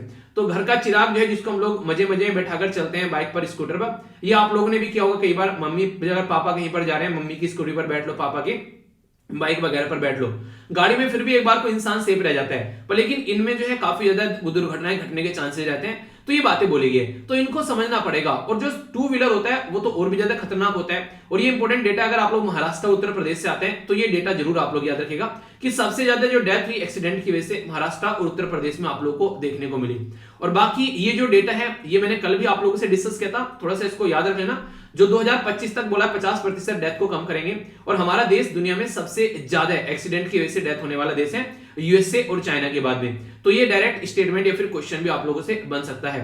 हमारे देश में अभी रोड सेफ्टी मंथ भी सेलिब्रेट किया गया था 18 जनवरी से लेकर 17 फरवरी तक 2021 में, और इसकी थीम भी रखी गई थी सड़क सुरक्षा जीवन रक्षा। तो ये मैंने डिटेल में आप लोगों से कवर किया था। और वर्ल्ड बैंक की जो रिपोर्ट थी जिसका टाइटल था traffic crash injuries and disabilities the burden on Indian society, इनके एक्सीडेंट की वजह से जो यहाँ पर इंडियन सोसाइटी पर बर्डन पड़ता है, तो ये भी मैंने आप लोगों से डिस्कस किया था। और ये इंपॉर्टेंट हो जाता है खासकर जब आप लोग बात करें एग्जाम में क्वेश्चन बने, तो इसके बारे में याद रखिएगा। और नेशनल क्राइम रिकॉर्ड ब्यूरो भी यहाँ पर कई सारे डेटा प्रस्तुत करती है, तो उसके चलते भी आप लोगों को पता रखना है। सस्टेनेबल डेवलपमेंट गोल में ये बातें की थी 3.6 में यहाँ पर बात करते हैं कि रिड्यूस जो यहाँ पर death and the injuries due to the traffic accident, ठीक है। तो ये यहाँ पर सस्टेनेबल डेवलपमेंट गोल का भी पार्ट है। और यहाँ पर बात करें ये सारी चीजें आप लोग देखते हैं सस्टेनेबल डेवलपमेंट गोल 3 जो कि हेल्थ के बारे में बात करते हैं, तो उसमें 3.6 जो है वो इस पॉइंट के बारे में बातें करते हैं। तो ये सारे ऐसे पॉइंट है जो कि डायरेक्ट क्वेश्चन आप लोगों से एग्जाम में बना देंगे, ठीक है। और नेशनल क्राइम रिकॉर्ड ब्यूरो मैंने आप लोगों को बताया था यहाँ पर, आज फिर यहाँ पर आप लोगों के लिए रिवीजन के लिए भी डेटा डाल दिया। और यहाँ पर 3 रिपोर्ट आप लोग जरूर याद रखना, जो यहाँ पर crime in India, accidental death and suicide in India और प्रिजनर स्टेटिक्स इन इंडिया। तो ये इंपॉर्टेंट है। बाकी मैंने नोट्स की फॉर्म में सारी चीजें प्रोवाइड कराई दी है, कोई कंफ्यूजन आप लोगों को नहीं होना चाहिए। तो ये काफी इंपॉर्टेंट आप लोगों के लिए टॉपिक बन जाता है। एक ऑर्गेनाइजेशन भी आप लोगों की कवर हो जाती है। अगर कोई पूछ ले एनसीआरबी के बारे में तो आप लोग अब बता पाएंगे कि हाँ भाई साहब ये होम मिनिस्ट्री के अंडर में आती है और 1986 में इसको बनाया गया था, ठीक है। तो ये कुछ बातें हैं जो आप लोगों को पता होना चाहिए, ओके। बाकी जो भी क्वेश्चंस हैं जो मैंने कल पूछे थे उनके आंसर भी वीडियो के एंड में आप लोगों को बताऊंगा, तो पेशेंस के साथ में चीजों को सुनते रहिए, सारी चीजें आप लोगों को मिल जाती हैं, ठीक है। तो जो भी आर्टिकल आप लोगों को लगता है कहीं डाउट है तो आप लोग उसके बारे में बता सकते हैं कमेंट बॉक्स में, और जैसा मैं आप लोगों को बताता हूं तो उससे मुझे पता चलती रहती है चीजें, ठीक है। आगे चलते हैं। इंपॉर्टेंट आर्टिकल इंडिया और यूनाइटेड अरब एमिरेट्स के रिलेशन के बारे में बात करते हैं। तो अपनी कंट्री के साथ में अगर आप लोग कंपेयर करेंगे तो यहां पर आप लोगों को यूनाइटेड अरब एमिरेट्स देखने को मिलेगा, जिसको यूएई बोलते हैं। तो यूनाइटेड अरब एमिरेट्स, ठीक है, तो यूएई, ठीक है। तो यहां पर क्या हो गया, बेसिकली ये यूनाइटेड है, कई सारे जो एमिरेट्स यानी कि जो इनके स्टेट्स हैं उनको मिलाकर बनाया गया। तो ये आप लोगों को नजर आएगा यहाँ पर पर्टिकुलर एरिया में। तो हमारी कंट्री के रिलेशन के बारे में बात की जा रही है। आज की डेट में इंडिया जो है अपने आप को एक हब की तरीके से दिखाने की कोशिश कर रहा है ताकि आने वाले टाइम में हम भी चीजों को बेचें। हमारी जो जीडीपी जिसको ग्रोस डोमेस्टिक प्रोडक्ट आप लोग बोलते हैं, ये आज की डेट में 3 ट्रिलियन के करीब आप लोग को देखने को मिलेगी। तो हमारा टारगेट ये है कि आने वाले टाइम में 1 ट्रिलियन के करीब हम लोग अपना मर्चेंडाइज एक्सपोर्ट करें और 1 ट्रिलियन के करीब सर्विस का एक्सपोर्ट करें। यानी कि आने वाले टाइम में हम लोग चाहते हैं हमारा एक्सपोर्ट बढ़े। आखिर ऐसा क्यों चाहते हैं, इसका फायदा ये रहता है अगर एक्सपोर्ट हम लोग बढ़ाएंगे आने वाले टाइम में तो इससे लोगों को जॉब काफी ज्यादा मिलेगी, और जितनी ज्यादा जॉब हम लोग क्रिएट कर पाएंगे उतना ही ज्यादा फायदा देखने को मिलेगा। तो इसलिए काफी ज्यादा इंपॉर्टेंट यहाँ पर ये हो जाता है, ठीक है। तो ये बेसिक चीजें जिसके बारे में आप लोग याद रख सकते हैं, क्वेश्चन बन जाए तो आप लोग कंफ्यूजन नहीं होना चाहिए, ठीक है। आगे चलते हैं। यहाँ पर बात की जा रही है अभी रिसेंटली यूनाइटेड अरब एमिरेट्स जो है वो मिलकर काम कर रहे हैं इंडिया के साथ में, और यहाँ पर फ्री ट्रेड एग्रीमेंट के बारे में बात की जा रही है। कॉम्प्रिहेंसिव इकोनॉमिक पार्टनरशिप को भी यहाँ पर आगे लेकर चलने की बात हम लोगों ने अभी की थी। कॉम्प्रिहेंसिव स्ट्रेटेजिक जो यहाँ पर पार्टनरशिप साइन की गई थी 2017 में, अब आगे चलकर फ्री ट्रेड एग्रीमेंट को और अच्छे लेवल पर और कॉम्प्रिहेंसिव इकोनॉमिक पार्टनरशिप एग्रीमेंट खासकर और कॉम्प्रिहेंसिव हम लोग बनाने जा रहे हैं एक दूसरी कंट्री के साथ में मिलकर। देखिए नॉर्मली यूनाइटेड अरब एमिरेट्स अगर बात करें ऑयल एक्सपोर्ट के बारे में जब हम लोग बात करते हैं तो यूएई भी काफी बड़ा रोल प्ले करता है हमको ऑयल को एक्सपोर्ट करने में। पर लेकिन यहाँ पर ऑयल की बात नहीं कर रहे हैं, ऑयल से पीछे हटकर हम लोग कुछ और चीजें देख रहे हैं। वरना यहाँ पर बात करें तो हम लोग ऑयल जो है यूनाइटेड अरब एमिरेट्स से भी काफी लार्ज स्केल पर खरीदते थे। अगर आप लोग यहाँ पर देख पा रहे हो तो यहाँ पर जब ऑयल की बात करते हैं तो हम लोग क्या खरीदते हैं, इसको क्रूड ऑयल यानी कच्चा तेल बोलते हैं, और ये बैरल में लाया जाता है, हम लोग बैरल नापते हैं। लगभग एक जो ऑयल की जो बैरल होती है उसमें मैंने आप लोगों को पहले बताया ये यहाँ पर 159 लीटर के करीब आप लोग को देखने को मिलेगा। वैसे 158 रहता है, 987 तो पूरा 159 बोल सकते हैं। यानी कि जितनी बैरल आ रही है उसमें आप लोग 159 की मल्टीप्लाई कर दो तो इससे पता चल जाएगा कितने लीटर तेल हम लोग खरीद कर लेकर आ रहे हैं। इसी तरीके से बिल्कुल ऐसे जैसे डॉलर में कहीं पर वैल्यू लिखी होती है ना, इतने डॉलर की वैल्यू है यहाँ पर ये, तो उसमें आप लोग लगभग 70 या फिर 72 73 से मल्टीप्लाई कर दो क्योंकि वैल्यू ऊपर नीचे होती रहती है, तो वो रुपीज में कन्वर्ट हो जाएगा। तो ऐसे आप लोग उसको काउंट कर सकते हैं। तो जो क्रूड ऑयल है, कच्चा तेल जो हम लोग खरीद कर लेकर आते हैं, तो यहाँ पर उसको हम लोग बैरल में नॉर्मली नापते हैं, और एक बैरल में यहाँ पर 159 लीटर होता है, ठीक है। तो ये बातें मैंने आप लोगों को बताई। और क्रूड ऑयल जो होता है उसमें से कच्चे तेल में से डीजल निकलता है, पेट्रोल निकलता है, ग्लिसरीन निकलती है, मिट्टी का तेल निकलता है, ये सारे कई सारे उसमें से प्रोडक्ट निकलते हैं जिनको आप लोग पेट्रोलियम प्रोडक्ट भी बोलते हैं। और इंटरेस्टिंग चीज यहाँ पर ये हम लोग क्रूड ऑयल काफी ज्यादा खरीदते हैं, लगभग 85% खरीदते हैं। इसी के चलते हमारा एक्सपोर्ट भी काफी ज्यादा हो जाता है पेट्रोलियम प्रोडक्ट का। क्यों? क्योंकि जब यहाँ पर हम लोग क्रूड ऑयल खरीद कर लेकर आएंगे तो पेट्रोलियम प्रोडक्ट भी हम लोग यहाँ पर एक्सपोर्ट करेंगे, जो इसमें से कई सारे प्रोडक्ट निकाले जाते हैं, ठीक है, जिससे ग्लिसरीन वगैरह बहुत सारे प्रोडक्ट बनते हैं यार। तो वो सारे यहाँ पर हम लोग बना पाते हैं। तो यानी कि अगर हम लोग अगर समझना चाहे तो इन चीजों को हम लोग समझ भी सकते हैं इस तरीके से, ठीक है। तो ये कुछ बेसिक चीजें। तो हम लोग जो व्यापार के बारे में बात करें इनके साथ में यहाँ पर ये तेल के बारे में नहीं कर रहे हैं, हम लोग इन्वेस्टमेंट कर रहे हैं आने वाले टाइम में। कोई पुल बनाएगा, कोई रोड बनाएगा, कोई यहाँ पर कोई दूसरी स्ट्रक्चर यहाँ पर बनाएगा, तो उसमें यूनाइटेड अरब एमिरेट्स के द्वारा बोला गया कि वो इन्वेस्टमेंट करने वाला है। अभी हम लोगों ने कुछ दिनों पहले बात की थी यूएई के साथ में फ्री एग्रीमेंट के बारे में। कई सारी कंट्री के साथ में फ्री एग्रीमेंट हम लोग साइन यहां पर कर रहे हैं। ऐसा नहीं है फ्री एग्रीमेंट पहली बार साइन किए जा रहे हैं, पहले भी पहली गवर्नमेंट के द्वारा फ्री एग्रीमेंट साइन किए गए हैं, पर लेकिन उसका ज्यादा एक प्रॉफिट देखने को नहीं मिला। रीजन क्या है? रीजन यहां पर उसका ये है क्योंकि आज की डेट में हमारी कंट्री के बीच में ट्रेड डेफिसिट काफी ज्यादा हो जाता है उस देश के साथ में, तो इसकी वजह से दिक्कतें देखने को मिलती हैं। और ट्रेड डेफिसिट क्या होता है? जब इंपोर्ट ज्यादा होता है और एक्सपोर्ट कम होता है तो उसको हम लोग ट्रेड डेफिसिट बोल देते हैं। तो पार्टनरशिप कोऑपरेशन की काफी जरूरी होता है। तो फ्री ट्रेड एग्रीमेंट आप लोग याद रखेगा, ठीक है, जरूरी है यहाँ पर ये इन चीजों को आगे बढ़ाने के लिए। तो ट्रेड, जब फ्री ट्रेड एग्रीमेंट के बारे में बात करते हैं इसका मतलब ये होता है कि हम लोग मिलकर ऐसे काम करेंगे ताकि बैरियर हटाएं, एक दूसरे के ऊपर ज्यादा टैक्स वगैरह न लगाएं। अब तक किस कंट्री के बीच में हम लोगों ने यहाँ पर कॉम्प्रिहेंसिव इकोनॉमिक पार्टनरशिप साइन की है? तो साउथ कोरिया और जापान के साथ में हम लोगों ने साइन कर रखी है। आने वाले टाइम में और भी कंट्री के साथ में बढ़ती नजर आएगी। तो इसके चलते इंडिया जो है आज के दिन में काफी बड़ा व्यापार बेसिकली यूएई के साथ में कर पा रहा है। और नॉर्मली आप लोगों ने सुना होगा बहुत सारे अपने देश के जो लोग हैं वो यूनाइटेड अरब एमिरेट्स में रहते हैं, जहां से हमारी कंट्री को पैसा भेजते हैं, पैसा जिसको आप लोग रेमिटेंस बोलते हैं, ठीक है। रेमिटेंस क्या होता है? जब हमारा लोग यहाँ पर बाहर है किसी देश में और वहां पर पैसा वापस हमारे देश से भेज रहे हैं तो उसको रेमिटेंस बोलते हैं, ठीक है। तो छोटे छोटे कॉन्सेप्ट है, पता रहना चाहिए आप लोगों को। यूएई जो है वो करंटली इंडिया का थर्ड लार्जेस्ट पार्टनर है ट्रेड के बारे में अगर बात करें तो ये काफी इंपॉर्टेंट है। और यूएई जो है वो इंडिया का सेकंड लार्जेस्ट एक्सपोर्टर डेस्टिनेशन भी है यूएसए के बाद में, ठीक है। तो ये काफी इंपॉर्टेंट है यहाँ पर। तो इसके चलते आने वाले टाइम में और ज्यादा इसको बढ़ाने की बात की जा रही है, ठीक है। अभी यहाँ पर अगर बात करें यूएई जो है वो 8 लार्जेस्ट इन्वेस्टर है इंडिया में। इंडिया में काफी ज्यादा इन्वेस्टमेंट भी करता है यूएई।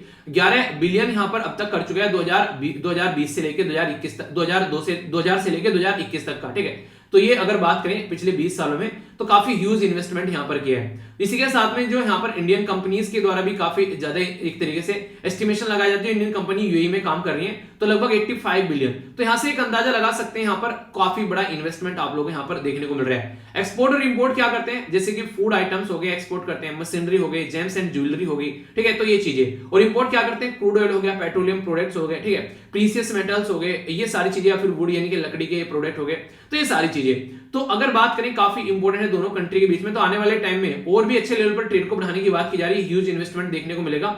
और इंपॉर्टेंट मुद्दा यहां पर है कि अब हम लोग तेल से हटकर कुछ और एरिया में भी एक दूसरे के साथ में इन्वेस्टमेंट कर रहे हैं, क्योंकि जो ये कंट्री है ना सारी यहाँ पर, जैसे यूनाइटेड अरब एमिरेट्स हो गया, इसी के साथ में सऊदी अरेबिया हो गया, इनको ये समझ में आ चुका है, इनके चक्षु खुल चुके हैं कि आने वाले टाइम में जो टाइम रहने वाला है वो तेल का टाइम नहीं रहने वाला है। क्योंकि सोलर एनर्जी पर लोग फोकस कर रहे हैं, विंड एनर्जी पर लोग फोकस कर रहे हैं, रिन्यूएबल एनर्जी पर जहां जहां लगता है वहां पर काम कर रहे हैं और दबाकर लोगों का टारगेट चल रहे हैं। कॉन्फ्रेंस ऑफ पार्टी में गए 26 में, उसमें भी यहाँ पर कई सारे टारगेट लोगों के द्वारा रखे गए।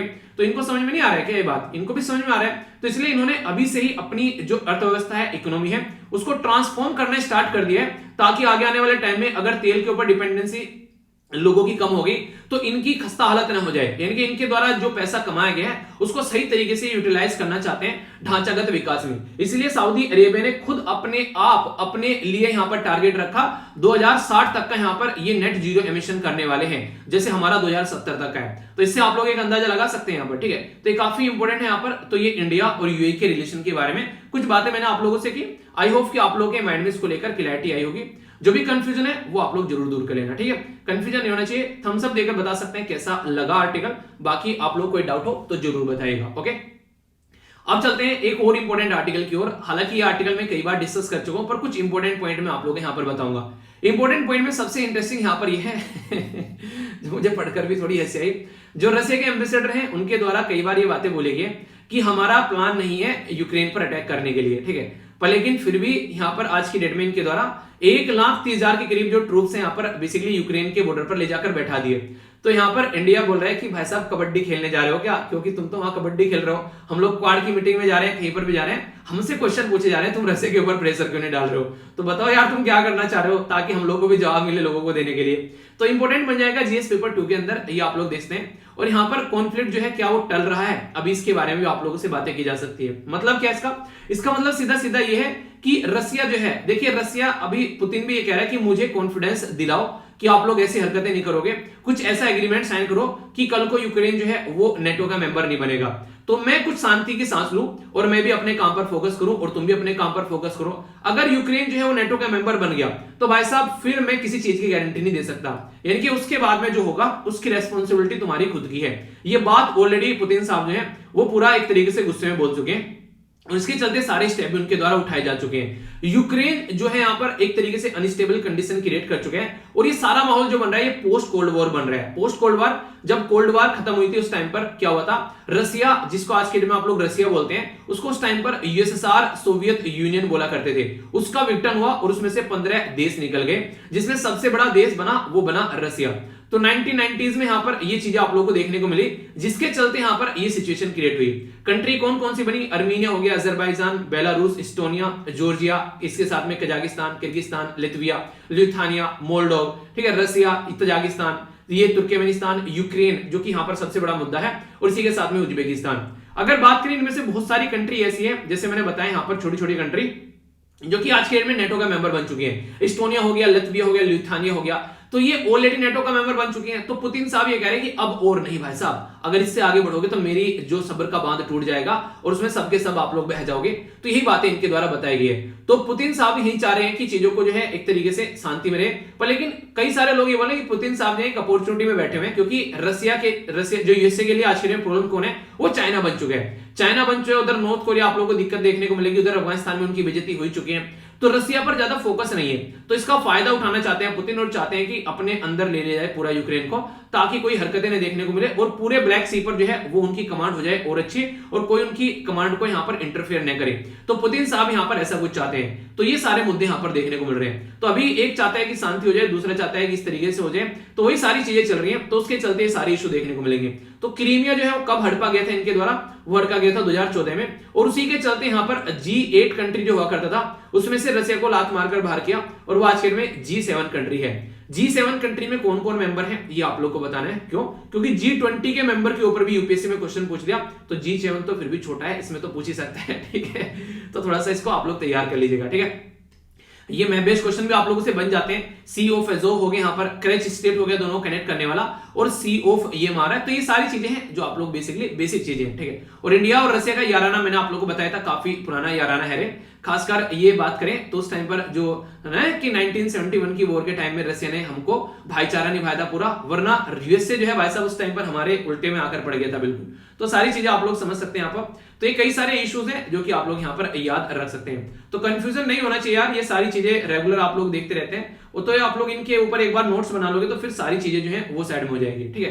तो बेसिक इन्फॉर्मेशन है, कोई भी कंफ्यूजन आप लोग को नहीं होना चाहिए। तो पूरा आर्टिकल इस तरीके से मैंने कवर किया, अगर कोई कंफ्यूजन होगा तो बताइएगा, फिर उसको दूर कर दिया जाएगा। इसलिए तो बैठे हैं कंफ्यूजन को दूर करने के लिए। एंजॉय कीजिए आर्टिकल को और कंफ्यूजन को दूर कीजिए।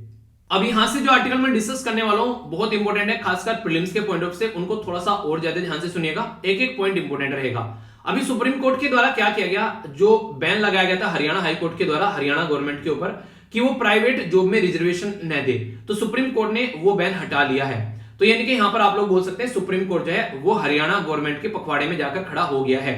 आखिर ऐसा क्यों किया उसके बारे में समझेंगे। सुप्रीम कोर्ट का यह मानना है कि जो बैन हरियाणा, जो बेसिकली जो एक तरीके से हरियाणा के अंदर जो कोर्ट है हरियाणा हाई कोर्ट, उसके द्वारा प्रॉपर चीजों को ध्यान में रखते हुए वो बैन नहीं लगाया गया। तो आखिर क्या है पूरा मुद्दा, मैं आप लोगों को समझाता हूं, जिससे कि आप लोग क्वेश्चन भी बन सकते हैं। हरियाणा के अंदर यहां पर एक लॉ यानी कि कानून लाया गया जिसको बोलते हैं employment of local candidate act 2020। इसमें इनके द्वारा क्या बोला गया कि जो भी कंपनी जिसमें 10 या फिर 10 से ज्यादा एम्प्लॉय काम कर रहे हैं उसमें 75% जो जॉब है वो यहां पर हरियाणा के लोगों को ही दी जाएंगी, यानी कि लोकल लोगों को दी जाएंगी। और जॉब कौन सी रहेंगी, जो कि 30,000 से नीचे की सैलरी की है, यानी कि वो जो कि लेबर वाली जॉब होती है मैक्सिमम अगर बात करें, जिसमें अगर बात करें कि ऐसे की मैनेजरियल पोस्ट हो गई, तो उनमें कम से कम यहां पर लोगों को जॉब मिलनी चाहिए, ये बातें यहां पर की गई। और यहां पर जो भी कंपनीज है, जो सोसाइटी है, ट्रस्ट है, यानी कि जो भी स्टेट के अंदर आती हैं, उनको सबको ये बातें बोलेगी और आने वाले टाइम में 10 साल तक ये फॉलो करना है। और अगर किसी ने वायलेंस किया, इसका एक तरीके से वायलेशन किया यहां पर, तो उसके ऊपर यहां पर प्रतिबंध लगाया जाएगा। तो ये बातें हरियाणा ने बोली। तो हरियाणा आप लोग यहां पर देखते हैं मैप के अंदर में काफी इंपोर्टेंट एरिया है, एक साइड में इसके पंजाब है, एक साइड में हिमाचल प्रदेश है, एक साइड में उत्तर प्रदेश है, एक साइड में राजस्थान और एक साइड में आप लोगों को दिल्ली देखने को मिलेगा। तो ये बड़े बड़े एरिया हैं, जैसे अंबाला, करनाल, हिसार, रोहतक, गुरुग्राम, फरीदाबाद, इनके बारे में सुना होगा। और चंडीगढ़ यहाँ पर ये बेसिकली कैपिटल हो गई। अगर बात की जाए तो मोटा मोटा मुद्दा ये था अभी यहाँ पर इनके द्वारा ये पूरा जो एक्ट है इसको इंप्लीमेंट करने की बात की गई यहाँ पर। और अभी यहाँ पर कई सारे इशू सामने निकल कर आए। बेसिकली यहाँ पर एक तो ये है कि यहाँ पर एक जो इनके द्वारा स्टेट गवर्नमेंट के द्वारा रिलैक्स किया गया डोमिसाइल, अगर कोई यहाँ पर रह रहा है तो रिक्वायरमेंट जो थी यहाँ पर फ्रॉम 15 to 5 जो ईयर यहाँ पर इसको किया गया, जिसके चलते जो पर्सन है यहाँ पर जॉब के बारे में बात करें तो थोड़ी फ्लेक्सिबिलिटी बनी रहे। ठीक है, इसी के साथ में यहाँ पर लोकल एरिया में लोगों को जॉब मिलनी चाहिए, तो उसके चलते यहाँ पर बात की गई। अभी आप लोगों ने देखा होगा यहाँ पर आम आदमी पार्टी के द्वारा प्रॉमिस किया गया था कि 80% रिजर्वेशन दिया जाएगा लोकल प्राइवेट जॉब में। सेम बात इन्होंने गोवा के अंदर अलग अलग जगह पर बोली यहाँ पर। तो हरियाणा, महाराष्ट्र, आज के डेट में आंध्र प्रदेश और ये मध्य प्रदेश कोई अकेला राज्य नहीं है, बहुत सारे राज्य इस पैटर्न में चल चुके हैं। तो इसके चलते इनके द्वारा अभी 15 जनवरी 2022 से ये कानून इंप्लीमेंट कर दिया। तो इस कानून को लेकर कोर्ट में पहुंच गए। तो ये जो कानून जो है यहाँ पर इसके बारे में अगर बात करें तो रीजन क्या है, कई सारे लोग बोलते हैं वोट बैंक पॉलिटिक्स है, कई सारे लोग बोलते हैं कि यहाँ पर आर्थिक सुस्ती को ठीक करने की कोशिश की जा रही है, लेकिन इसका नेगेटिव इंपैक्ट भी देखने को मिल सकता है। और इनकम और टैलेंट के बारे में बात की गई कि यहाँ पर आपको अपने ही राज्य पर फोकस करके चलना है। और यहाँ पर लैंड एक्वाइजेशन जब यहाँ पर की जाती है कंपनी के द्वारा तो गवर्नमेंट उसको लैंड देती है, तो उसकी खामियाजा उसका एक तरह से घर जाना इनसे भुगत रही है। पर लेकिन कंसर्न क्या है, कई सारा टैलेंट जो है वो यहाँ से और कई सारी कंपनी जो है वो राज्य से बाहर निकल जाएंगी। इसकी वजह से इंडस्ट्री पर काफी इंपैक्ट पड़ेगा और इसकी वजह से टैलेंट जो है उसकी भी कमी पड़ सकती है जो रिक्वायरमेंट है यहाँ पर। तो इसकी वजह से जो इंपॉर्टेंट बात बोली गई आर्टिकल 14, 15, 16 और 19 ये इंपॉर्टेंट है, क्योंकि आर्टिकल में जब बोला जाता है place of birth, place of birth, place of birth के नाम पर आप लोग किसी को डिस्क्रिमिनेट नहीं करोगे। तो अगर इंप्लॉयमेंट में आप लोग किसी को डिस्क्रिमिनेट नहीं करेंगे, किसी को वैसे डिस्क्रिमिनेट नहीं करेंगे, क्योंकि आर्टिकल 15 आप लोगों ने मूवी देखे ना, तो पार्ट 3 में फंडामेंटल राइट में चीजें आप लोगों को देखने को मिलेगी। तो आर्टिकल 19 जो है वो कहता है फ्रीली आप लोग मूव कर सकते हो। तो इंसान मूव तो तब करेगा ना जब उसको जॉब मिलेगी, आप लोग जॉब भी नहीं दे रहे हो, तो ये बातें बोलेगी। इंटरेस्टिंग चीज यहाँ पर यह कि हरियाणा और जो आंध्र प्रदेश, झारखंड ये कई सारे एरिया में काम किया रहा है। तो ये बोला गया कि यहाँ पर सबको इसके ऊपर सुप्रीम कोर्ट को सबको देखना चाहिए कि क्या ये अलाउ करना सही है। पर लेकिन अभी भी यहाँ पर पंजाब और हरियाणा हाई कोर्ट ही इसको फाइनल डिसीजन देखेगा। सुप्रीम कोर्ट ने बस यहाँ पर ये किया है कि एक बार इसको ढंग से चेक करो, तुमने ढंग से चेक कर ये डिसीजन नहीं दिया है, क्योंकि हाई कोर्ट के द्वारा ढंग से फैक्ट प्रस्तुत नहीं किए गए।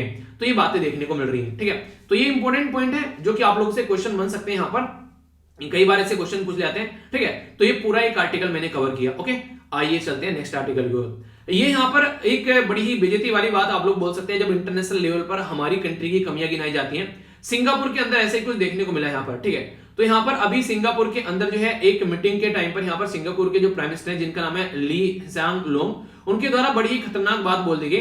और यहाँ पर बात क्या थी कि हमारी कंट्री में जो 50% के करीब जो मेंबर ऑफ पार्लियामेंट है वो क्रिमिनल है, उनके ऊपर क्रिमिनल के चार्ज चल रहे हैं। और सही भी बात बोली गई, वैसे गलत बात तो है नहीं। हमारी कंट्री में खुद का डेटा आप लोग देख लीजिए, जो क्रिमिनल केस थे हमारे मेंबर ऑफ पार्लियामेंट यानी कि सांसद के खिलाफ, ये 2004 में 24% थे, 2009 में ये 30% हो गए। जैसे जैसे इलेक्शन बढ़ रहा है वैसे वैसे क्रिमिनल कैंडिडेट की संख्या बढ़ रही है। देखो आप लोग खुद ही, 2004 में 24 थे, 2009 में 30 हो गए, 2024 में 34 हो गए। ठीक है, और 2019 में जब भी रिसेंटली इलेक्शन में यानी कि 43% के करीब यहाँ पर ऐसे लोग पार्लियामेंट में बैठे हुए हैं जो कि सारे क्रिमिनल कैटेगरी के हैं।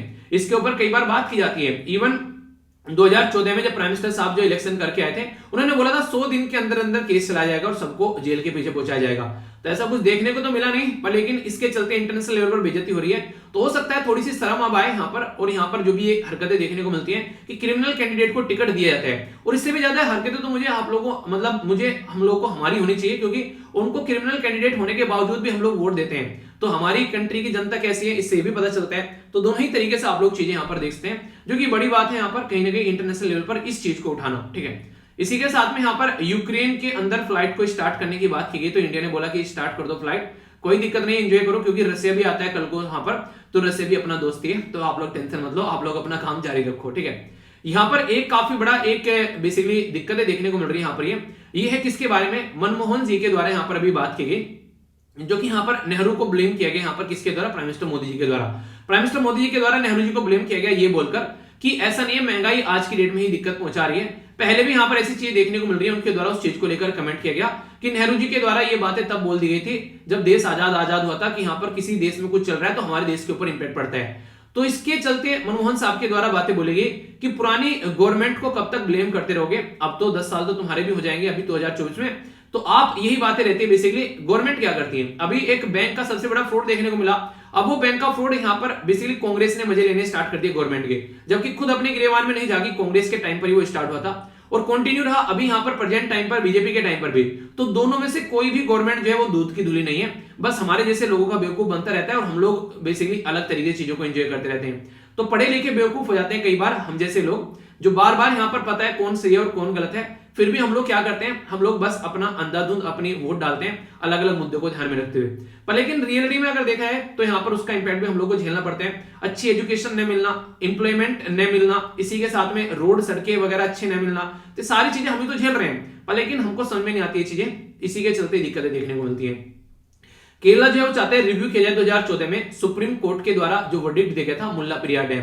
तो स्टेट की न्यूज के अंदर ये काफी इंपोर्टेंट हो जाता है, इसके बारे में बात करते हैं। मुल्ला पेरियार डैम ये काफी इंपोर्टेंट टॉपिक है यार, ये आप लोग का काफी ज्यादा न्यूज में रहता है, तो इसको थोड़ा ध्यान से सुनिएगा। एक बांध है यहाँ पर जो बेसिकली केरला के अंदर में है, तो केरला के अंदर बांध है यहाँ पर लेकिन उसका मजा कौन लेता है, तमिलनाडु, ठीक है। तो ये काफी एक अजीब सी सिचुएशन है यहाँ पर। ये पेरियार टाइगर रिजर्व है जो आप लोग याद यहाँ पर रख सकते हैं। तो यहाँ पर जो मुल्ला पेरियार डैम है ये आप लोग को एग्जैक्ट लोकेशन देखने को मिलेगी और यहाँ पर ये पेरियार रिवर होगी, तो यहाँ से एग्जैक्ट लोकेशन आप लोग यहाँ पर इसके समझ सकते हैं। तो मुद्दा अभी यहाँ पर क्या है, वो मुद्दा अभी यहाँ पर ये है कि ये जो डैम है काफी पुराना हो चुका है, ये लगभग 126 साल पुराना हो चुका है, ठीक है। तो 1886 में बनाया गया था और 999 साल के लिए, 1000 साल के लिए यहाँ पर ये बेसिकली गिफ्ट कर दिया गया था तमिलनाडु को। और उस टाइम पर ये जो एग्रीमेंट साइन होता, ये जो यहाँ पर महाराजा ऑफ तिरुवनंतपुरम थे और यहाँ पर ब्रिटिश जो इंडिया में उस टाइम पर जो रूलर हुआ करते थे उनके द्वारा ये साइन किया गया। तो इसके चलते ये केरला के अंदर है बैन, और आप लोगों को पता है पॉलिटिक्स के चलते सारी चीज चलती रहती है। तो आज तक भी ऐसी सिचुएशन यथास्थिति बनी हुई है। जो तमिलनाडु चाहता है बार बार यहाँ पर पानी का लेवल बढ़ाता है, पर केरला ये कहता है कि पानी का लेवल बढ़ा रही है, टूटा तो हमको दिक्कतें देखने को मिल जाएगी, इसलिए इस लेवल को थोड़ा सा कंट्रोल करके रखो। तो उसके चलते दोनों के बीच में रस्साकसी चलती रहती है और ये इशू बार बार उठता रहता है। आप लोगों के लिए इंपोर्टेंट क्या होता है याद रखिएगा, ये वेस्टर्न घाट में है ये डैम और यहाँ पर कार्डामन जो हिल है उस एरिया में आप लोगों को ये देखने को मिलेगा, जो कि यहाँ पर मुल्ला और पेरियार दो रिवर जाकर मिलती है जहां पर, तो वहां पर ये बांध बनाया गया है। तो ये क्वेश्चन आप लोगों के लिए इंपोर्टेंट हो जाएगा, ठीक है। तो ये बातें आप लोग यहाँ पर याद रख सकते हैं जो कि कई बार क्वेश्चन की फॉर्म में। और बाकी पेरियार रिवर के बारे में याद रखते हैं। अगर बात करें तो केरला के अंदर ये काफी इंपोर्टेंट रिवर है, तो पेरियार रिवर लॉन्गेस्ट रिवर है केरला में, तो ये लाइफलाइन बोली जाती है केरला के अंदर में। और ये बाहर है मासी रिवर है यहाँ पर और कई सारी इसकी ट्रिब्यूटरी है। जैसे बात करें यहाँ पर बात की जा रही है, यहाँ पर बेसिकली ये ट्रिब्यूटरी के बारे में पूछा जा सकता है क्योंकि रिवर बहुत ज्यादा न्यूज में है। तो यहाँ पर मुथरा पूजा, ठीक है, इसी के साथ में मुलिया, इसके साथ में मुलियार, थिरुनी, जो चेरुथुनी, ठीक है। और यहाँ पर नेक्स्ट बात की जा रही है प्रिंजन कुट्टी। तो ये कई सारी रिवर आप लोगों को यहाँ पर देखने को मिलेगी। तो इनके बारे में भी आप लोगों से पूछ लिया जाता है कई बार कि हाँ ये क्या है, कहां पर है, तो ये आप लोग याद रखते हैं। और ये सारी चीजें आप लोगों को शिवागिरी जो हिल है वेस्टर्न घाट के अंदर में, यहां से ओरिजिनेट आप लोगों को पेरियार रिवर नजर आएगी। तो एक रिवर भी आप लोग की कवर करा दी, स्टैटिक पोर्शन है पर लेकिन न्यूज में जितना रहता है, कई बार जो रिवर न्यूज में रहती है उससे क्वेश्चन बन जाता है। तो बेसिक इन्फॉर्मेशन है, थोड़ा सा इसके बारे में कनेक्ट कर आप लोग देख सकते हैं चीजों को। ओके, आगे बढ़ते हैं। यहाँ पर जो नेक्स्ट इंपोर्टेंट आर्टिकल है यहाँ पर ये हम लोग बात कर रहे हैं किसके बारे में, जयशंकर साहब जो हैं वो अभी यहाँ पर जा रहे हैं जर्मनी और फ्रांस के विजिट पर। तो रसिया के ऊपर काफी बड़ा फोकस रहने वाला है आने वाले टाइम में। तो देखते हैं रसिया किस तरीके से अपने स्टेप उठा रहा है, क्योंकि क्वाड का भी मेंबर है इंडिया।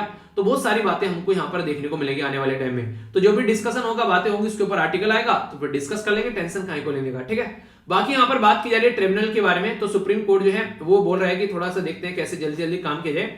तो बोला है कि पेशेंस रखो यार, तुम्हारा तो पेशेंस खत्म हो गया। लॉयर कह रहे हैं कि यहाँ पर ट्रिब्यूनल के अंदर में प्रॉपर वैकेंसी भरी नहीं जा रही है। तो ये कुछ बातें हैं ट्रिब्यूनल के बारे में जो याद रखनी है। बेसिक इन्फॉर्मेशन गैरेट कुछ याद रखती है कि 42nd कॉन्स्टिट्यूशन अमेंडमेंट करके 1976 में ट्रिब्यूनल ऐड किया गया था, यानी कि ट्रिब्यूनल ओरिजिनल संविधान में नहीं था। एक तो इंपोर्टेंट क्वेश्चन ये। दूसरा आर्टिकल 323A ये है यहाँ पर जो ट्रिब्यूनल के साथ में डील करते हैं एडमिनिस्ट्रेटिव ट्रिब्यूनल, यानी कि एडमिनिस्ट्रेशन से रिलेटेड जो भी मैटर है वो कोर्ट में ना जाए और लंबे समय तक न कोर्ट में पड़े हैं, तो ट्रिब्यूनल में सत्ता जल्दी जल्दी निपटा लिया जाता है। पर लेकिन बाकी के जो सारे दूसरे मैटर हैं वो आप लोग को देखने को मिलेगा आर्टिकल 23B के अंदर में। दूसरे मैटर, दूसरे मतलब टैक्स से रिलेटेड, फॉरेन एक्सचेंज से related, import export, labour laws, ये सब, लैंड रिफॉर्म, इनसे रिलेटेड जो भी आएगा वो यहां पर आएगा। तो ये बेसिक ऐसी चीजें जैसे डायरेक्ट क्वेश्चन आप लोग का बन सकता है, ठीक है। तो ये हो गया इसके बारे में। आगे बढ़ता हूं। नेक्स्ट यहां पर बात की जा रही है हमारे देश की पहली, जब भी देश का कुछ पहला होता है तो इंपोर्टेंट जाता है, तो इंडिया की फर्स्ट वाटर टैक्सी सर्विस जो है वो इनोग्रेट की गई यहां पर महाराष्ट्र के अंदर में। तो ये क्वेश्चन काफी इंपोर्टेंट हो जाता है, कहां से कहां तक, तो नई मुंबई से स्टार्ट की गई है, अलग अलग एरिया में पहुंचेगी यहां पर, और सबसे सस्ता होता है बेसिकली अगर यहां पर हम लोग सर्विस स्टार्ट करते हैं, क्योंकि यहां पर इसमें ईंधन जो है वो काफी कम लगता है, तो इसके चलते यहां पर ये एनवायरमेंट फ्रेंडली भी मानी जाती है, और मैक्सिमम जो वेस्टर्न वर्ल्ड है यहां पर वो यहां पर इन चीजों को एंजॉय करते हैं। एक इंटरेस्टिंग चीज मैं आप लोगों को बता दूं, सबसे ज्यादा जो पैसा लगता है किसी चीज को ले जाने में वो एयरवेज से लगता है, दूसरे नंबर पर रोडवेज से लगता है, तीसरे नंबर पर सब ये कम होते जा रहा है, सबसे ज्यादा एयरवेज, दूसरे नंबर पर उससे कम थोड़ा सा रोडवेज, फिर यहां पर रेलवे ट्रैक से कम लगेगा, और फिर यहां पर जो वाटरवेज होता है वो सबसे सस्ता होता है। इसीलिए वेस्टर्न वर्ल्ड जो है अपना खर्चा बचाते हैं यहां पर, और इससे एनवायरमेंट को भी कम नुकसान पहुंचता है, तो वाटरवेज को यूज किया जाता है। तो है ना बढ़िया काम, तो इसी को हम भी यूज करने की बातें कर रहे हैं। ओके, आगे चलते हैं, यहां पर एक ड्राफ्ट के बारे में बात की जा रही है, और ये जो ड्राफ्ट है इसमें बात की जा रही है कि रिफ्यूजी के जो राइट्स हैं उनको बेसिकली देखा जाए, और एनएचआरसी जो है यहां पर ये बेसिकली उसके चलते यहां पर ये सारे टास्क को लेकर चले। देखिए आज की डेट में सबसे बड़ी दिक्कत क्या है पता चला, हमारा देश जो है उसके द्वारा यहां पर आज की डेट में प्रॉपर जो फॉलो नहीं किया जाता है रिफ्यूजी। रिफ्यूजी कौन होता है? जो बाहर के देश से हमारे देश में कोई आ गया, ठीक है, जैसे रोहिंग्या कम्युनिटी काफी लार्ज स्केल पर आप लोगों ने देखने को मिली, अभी बहुत सारे बांग्लादेशी हमारे देश में आप लोगों को देखने को मिल जाते हैं, तो वो सारी चीजें आप लोग सुनते रहते हैं पास टू पास। तो यूनाइटेड नेशन रिफ्यूजी कन्वेंशन जो है 1951 का, ठीक है, तो उसके हम लोग बेसिकली साइन नहीं कर रखा है इंडिया ने, तो इसके चलते इसका मतलब ये नहीं कि हम लोग रिफ्यूजी को अपने कंट्री में से वैसे ही भगा देंगे। म्यांमार के रिफ्यूजी आप लोगों ने देखे अभी, ठीक है, तो बात की जा रही है कि आर्टिकल 14, आर्टिकल 20 और आर्टिकल 21 जो संविधान के हैं यहाँ पर वो इंसान के अधिकार का हनन करता है, ठीक है, तो उसको हम लोग को प्रॉपर फॉलो करना चाहिए। उससे ये नहीं है कि वो हमारे ही देश का पर्सन है, फंडामेंटल राइट ओनली इंपॉर्टेंट है, याद रखिएगा, हमारे देश के लिए नहीं अकेले, ये उन लोगों के लिए जो एक इंसान है, इनके इंसान के लिए भी यहाँ पर ये फंडामेंटल राइट है कुछ इसमें से, ऐसा नहीं कि सारे हमारे देश के लिए हैं। तो मॉडल लॉ जो है यहाँ पर ये बनाया गया था नेशनल ह्यूमन राइट कमीशन के द्वारा, पर उसको अब तक इंप्लीमेंट नहीं किया गया है। तो इसके चलते जो एक्सपर्ट कमेटी थी अकॉर्डिंग टू कमीशन जो मेंबर है यहाँ पर एमएम कुमार, तो उनके द्वारा सजेस्ट किए गए थे पर लेकिन इंप्लीमेंट नहीं किया गया। तो हाईलाइटेड है लैक ऑफ स्पेसिफिक लेजिस्लेशन, जिसकी वजह से दिक्कतें देखने को मिल जाती हैं। तो ये जीएस पेपर 2 के अंदर स्टैट्यूटरी बॉडी काफी इंपॉर्टेंट बन जाते हैं, और एक कोटेशन भी मैंने यहाँ पर डाल दिया है, अगर ह्यूमन राइट के बारे में लिखने के लिए आए तो आप लोग याद रखिएगा, to deny people their human right is to challenge their very humanity, यानी एक तरीके से इंसानियत को एक तरीके से चैलेंज कर रहे हैं अगर इंसानों को ह्यूमन राइट नहीं मिल पा रहे हैं। तो नेल्सन मंडेला साहब के द्वारा ये स्टेटमेंट दी गई थी जो कि इंपॉर्टेंट हो जाती है। सबसे पहले तो यहाँ पर यूएन, यहाँ पर इसकी डेफिनेशन क्या है जो खुद यूएन के द्वारा बोली गई, बोला गया कि इंसान को इंसान न समझना, अगर उनको डिफरेंस करना रेस के नाम पर, सेक्स के नाम पर, उस देश के नाम पर, एथनिसिटी, लैंग्वेज के नाम पर, रीजन के नाम पर, यानी कि इंसान को ये बोलना कि हमारे देश का नहीं है इसलिए इसको हम लोग ये एक इंसान नहीं है, तो इस तरीके की चीजों को लेकर चलना, तो वो सारी बातें आप लोगों को यहाँ पर देखने को मिलेगी। तो इंसान को अगर उसके जो अधिकार है, यानी कि इसकी जो लाइफ लिबर्टी है, फ्रीडम ऑफ स्पीच एक्सप्रेशन है, उसको टॉर्चर किया जा रहा है, स्लेवरी उसकी बनाई, उसको स्लेव बनाया जा रहा है, ठीक है, एजुकेशन के अधिकार नहीं है, काम करने के अधिकार नहीं है, तो ये सारे जो है ये इंसान के अधिकार में आते हैं। ह्यूमन यानी कि वो ऐसा नहीं किसी देश का होगा तभी अधिकार मिलेंगे, उसको बोलने का हक नहीं है क्योंकि ये हमारे देश का नहीं है, ऐसा नहीं होना चाहिए। तो अगर कोई भी डिस्क्रिमिनेशन देखने को मिलता है तो ये ह्यूमन राइट का हनन है। हमारे देश के अंदर इसके बारे में क्या कोई एक बॉडी है? जी हाँ बिल्कुल है, ये पॉलिटी के अंदर पूरा चैप्टर है, एनएचआरसी जाकर सर्च कर लेना बाय वीर, पूरा एक चैप्टर आप लोगों के सामने आएगा। हालांकि एक पूरा ओवरव्यू आप लोगों को यहाँ पर दे दूंगा। यहाँ पर इसके बारे में बात करें तो 12 अक्टूबर 1993 में बनाई गई ये बॉडी जो कि ह्यूमन राइट को प्रोटेक्ट कर सके, यानी कि इंसानों के अधिकार को प्रोटेक्ट कर सके।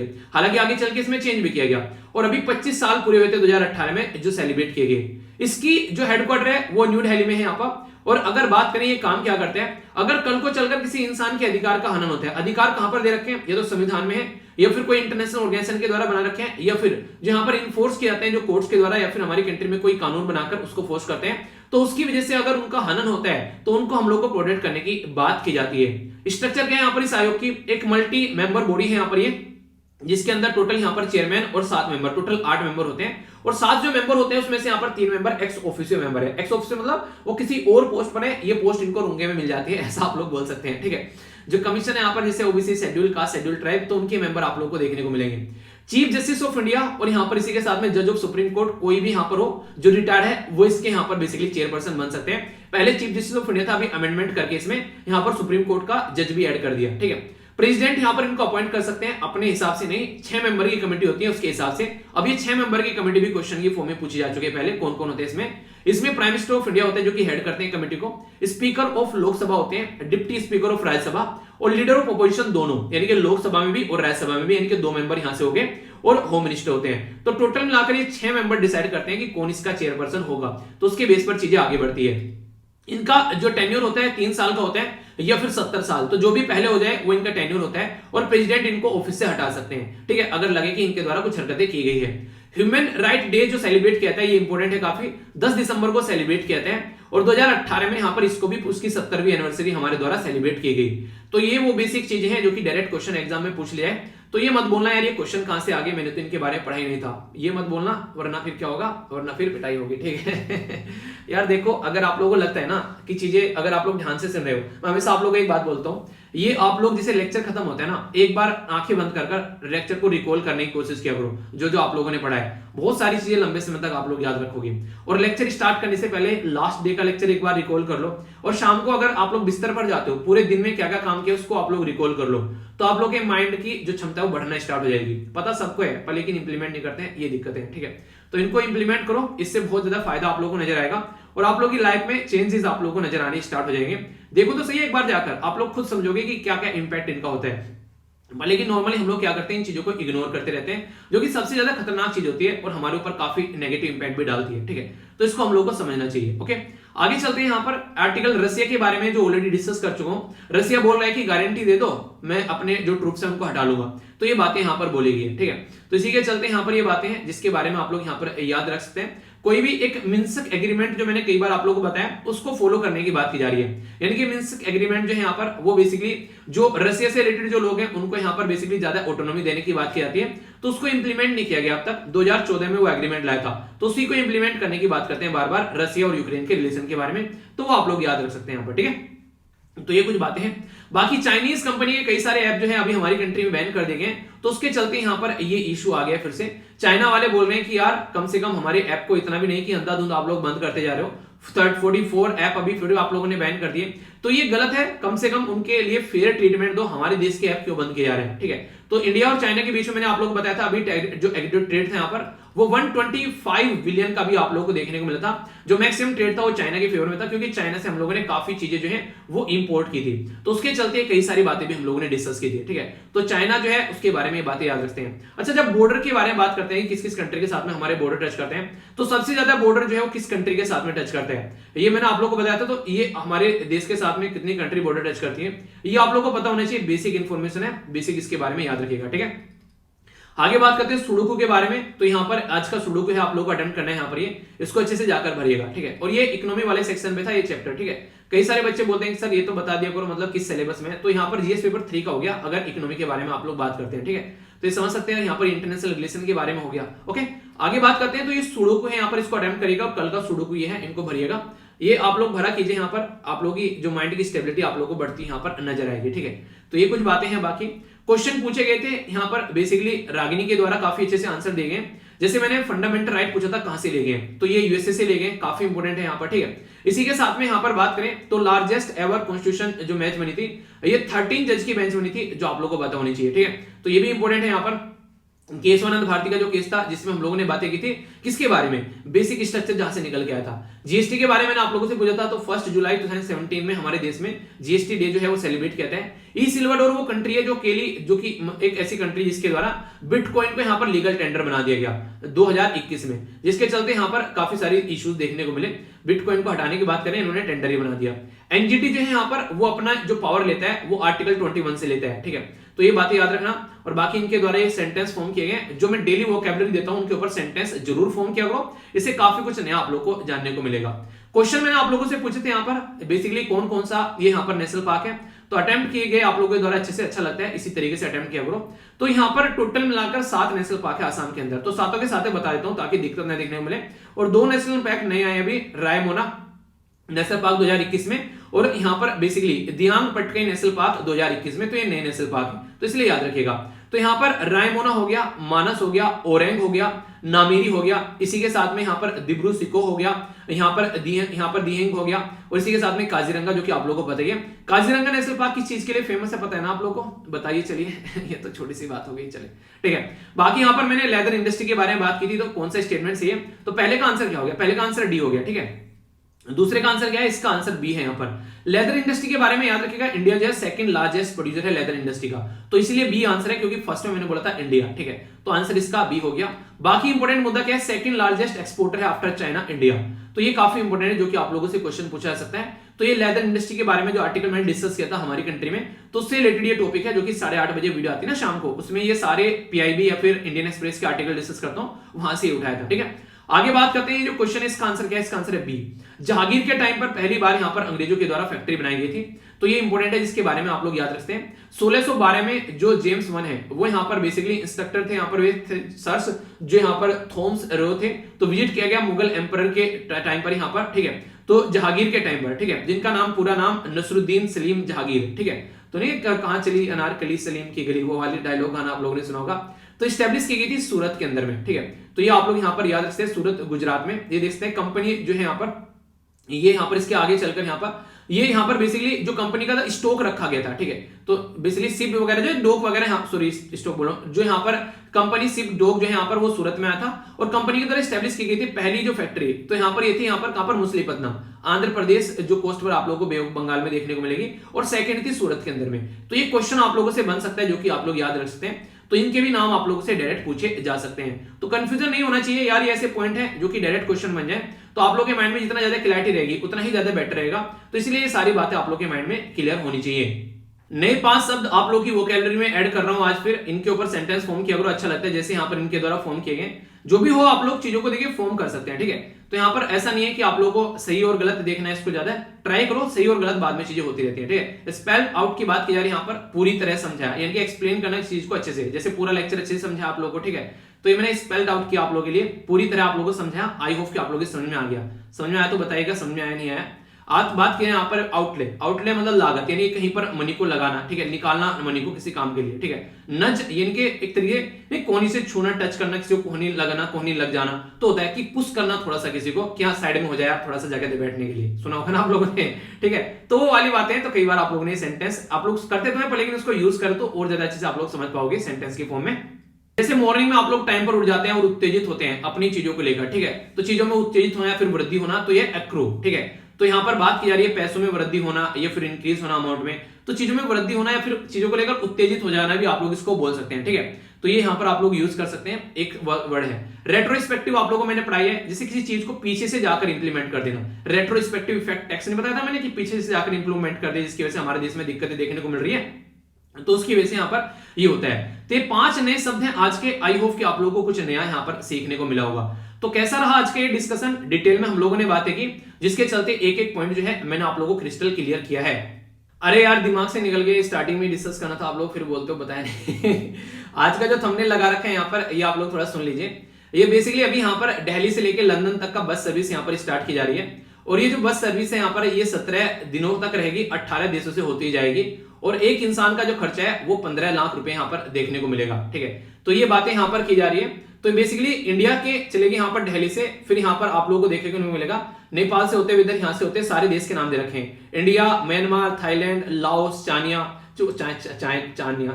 चाइना, ठीक है। तो ये सारे देश हैं आप लोगों को बेसिकली यहाँ से होते हुए, और यहाँ पर ये आप लोगों को देखने को मिलेगी, ये पहुंच रही है इस पर्टिकुलर एरिया से यूके तक, ठीक है। तो यह पूरा प्रक्रिया यहाँ पर, जिसमें 20,000 किलोमीटर की यात्रा करेगी 70 दिन में, और 18 किलोमीटर, वो सॉरी 18 कंट्रीज, ठीक है। ये जाने का, आते टाइम अपने आप आ जाना उधर, बस की कोई जिम्मेदारी नहीं है, ठीक है। तो 15 लाख रुपए खर्च होंगे यहाँ पर। ये जो स्टार्ट की गई है एडवेंचर, यहाँ पर बेसिकली ओवरलैंड एडवेंचर, यानी कि जमीन के ऊपर एडवेंचर, तो तुषार अग्रवाल और संजय मदान के द्वारा इसको स्टार्ट किया गया था, जो कि रोड ट्रिप है यहाँ पर, ऐसा नहीं कि हवाई जहाज में जाना है। तो घूमते घामते खाते पीते जाओ अच्छे से। अगर आप लोगों को मौका मिले कि आप लोग इसको एंजॉय करना पसंद करोगे, तो आप लोग अपनी राय बता सकते हैं। आप लोगों को बोले कि हाँ इसे घूमना है, तो क्या आप लोग इसको अप्रिशिएट करोगे, हाँ यार हम भी इसको एंजॉय करेंगे, बताइए हाँ या फिर ना। तो आप लोग बता सकते हैं। अगर सबसे ज्यादा इनमें से रुकना चाहोगे, कौन से देश में आप लोग एंजॉय करना चाहोगे, ठीक है। तो यहाँ पर ये भी आप लोग बता सकते हैं। तो काफी इंटरेस्टिंग लगा मुझे कॉन्सेप्ट, जो कि आप लोग समझ सकते हैं। रेगुलर 2 वीडियो देखने को मिलती है आप लोग को यहाँ पर इस चैनल के ऊपर। अगर आप लोग चाहते हैं तो रेगुलर इन दोनों वीडियो को अपना पार्ट बना सकते हैं, जहां पर करंट और स्टैटिक कंबाइन कवर किया था। कोई भी कंफ्यूजन आप लोग को देखने को नहीं मिलेगा, सारी चीजें प्रॉपर वे में मिल जाती हैं। और टेलीग्राम से जाकर पीडीएफ डाउनलोड करना फ्री ऑफ कॉस्ट मिल जाएगी। तो आज का लेक्चर यहीं पर समाप्त करते हैं। मैं आशा करता हूं आप लोगों ने इसको एंजॉय किया होगा। अगर हाँ तो थम्स अप देकर बता सकते हैं और वैसे ही फीडबैक दे सकते हैं। तो आसपास सफाई रखिए, पानी और पेड़ पौधों को सेव कीजिए, पॉलिथीन और प्लास्टिक बैग वगैरह बिल्कुल यूज नहीं करने। मिलता हूं नेक्स्ट लेक्चर में, तब तक के लिए बड़ों को नमस्ते, छोटों को प्यार, छोटी सी लाइफ एंजॉय करें आप। मौज लो, रोज लो, नहीं मिले तो खोज लो। तो शाम को मिलता हूं, तब तक के लिए जय हिंद।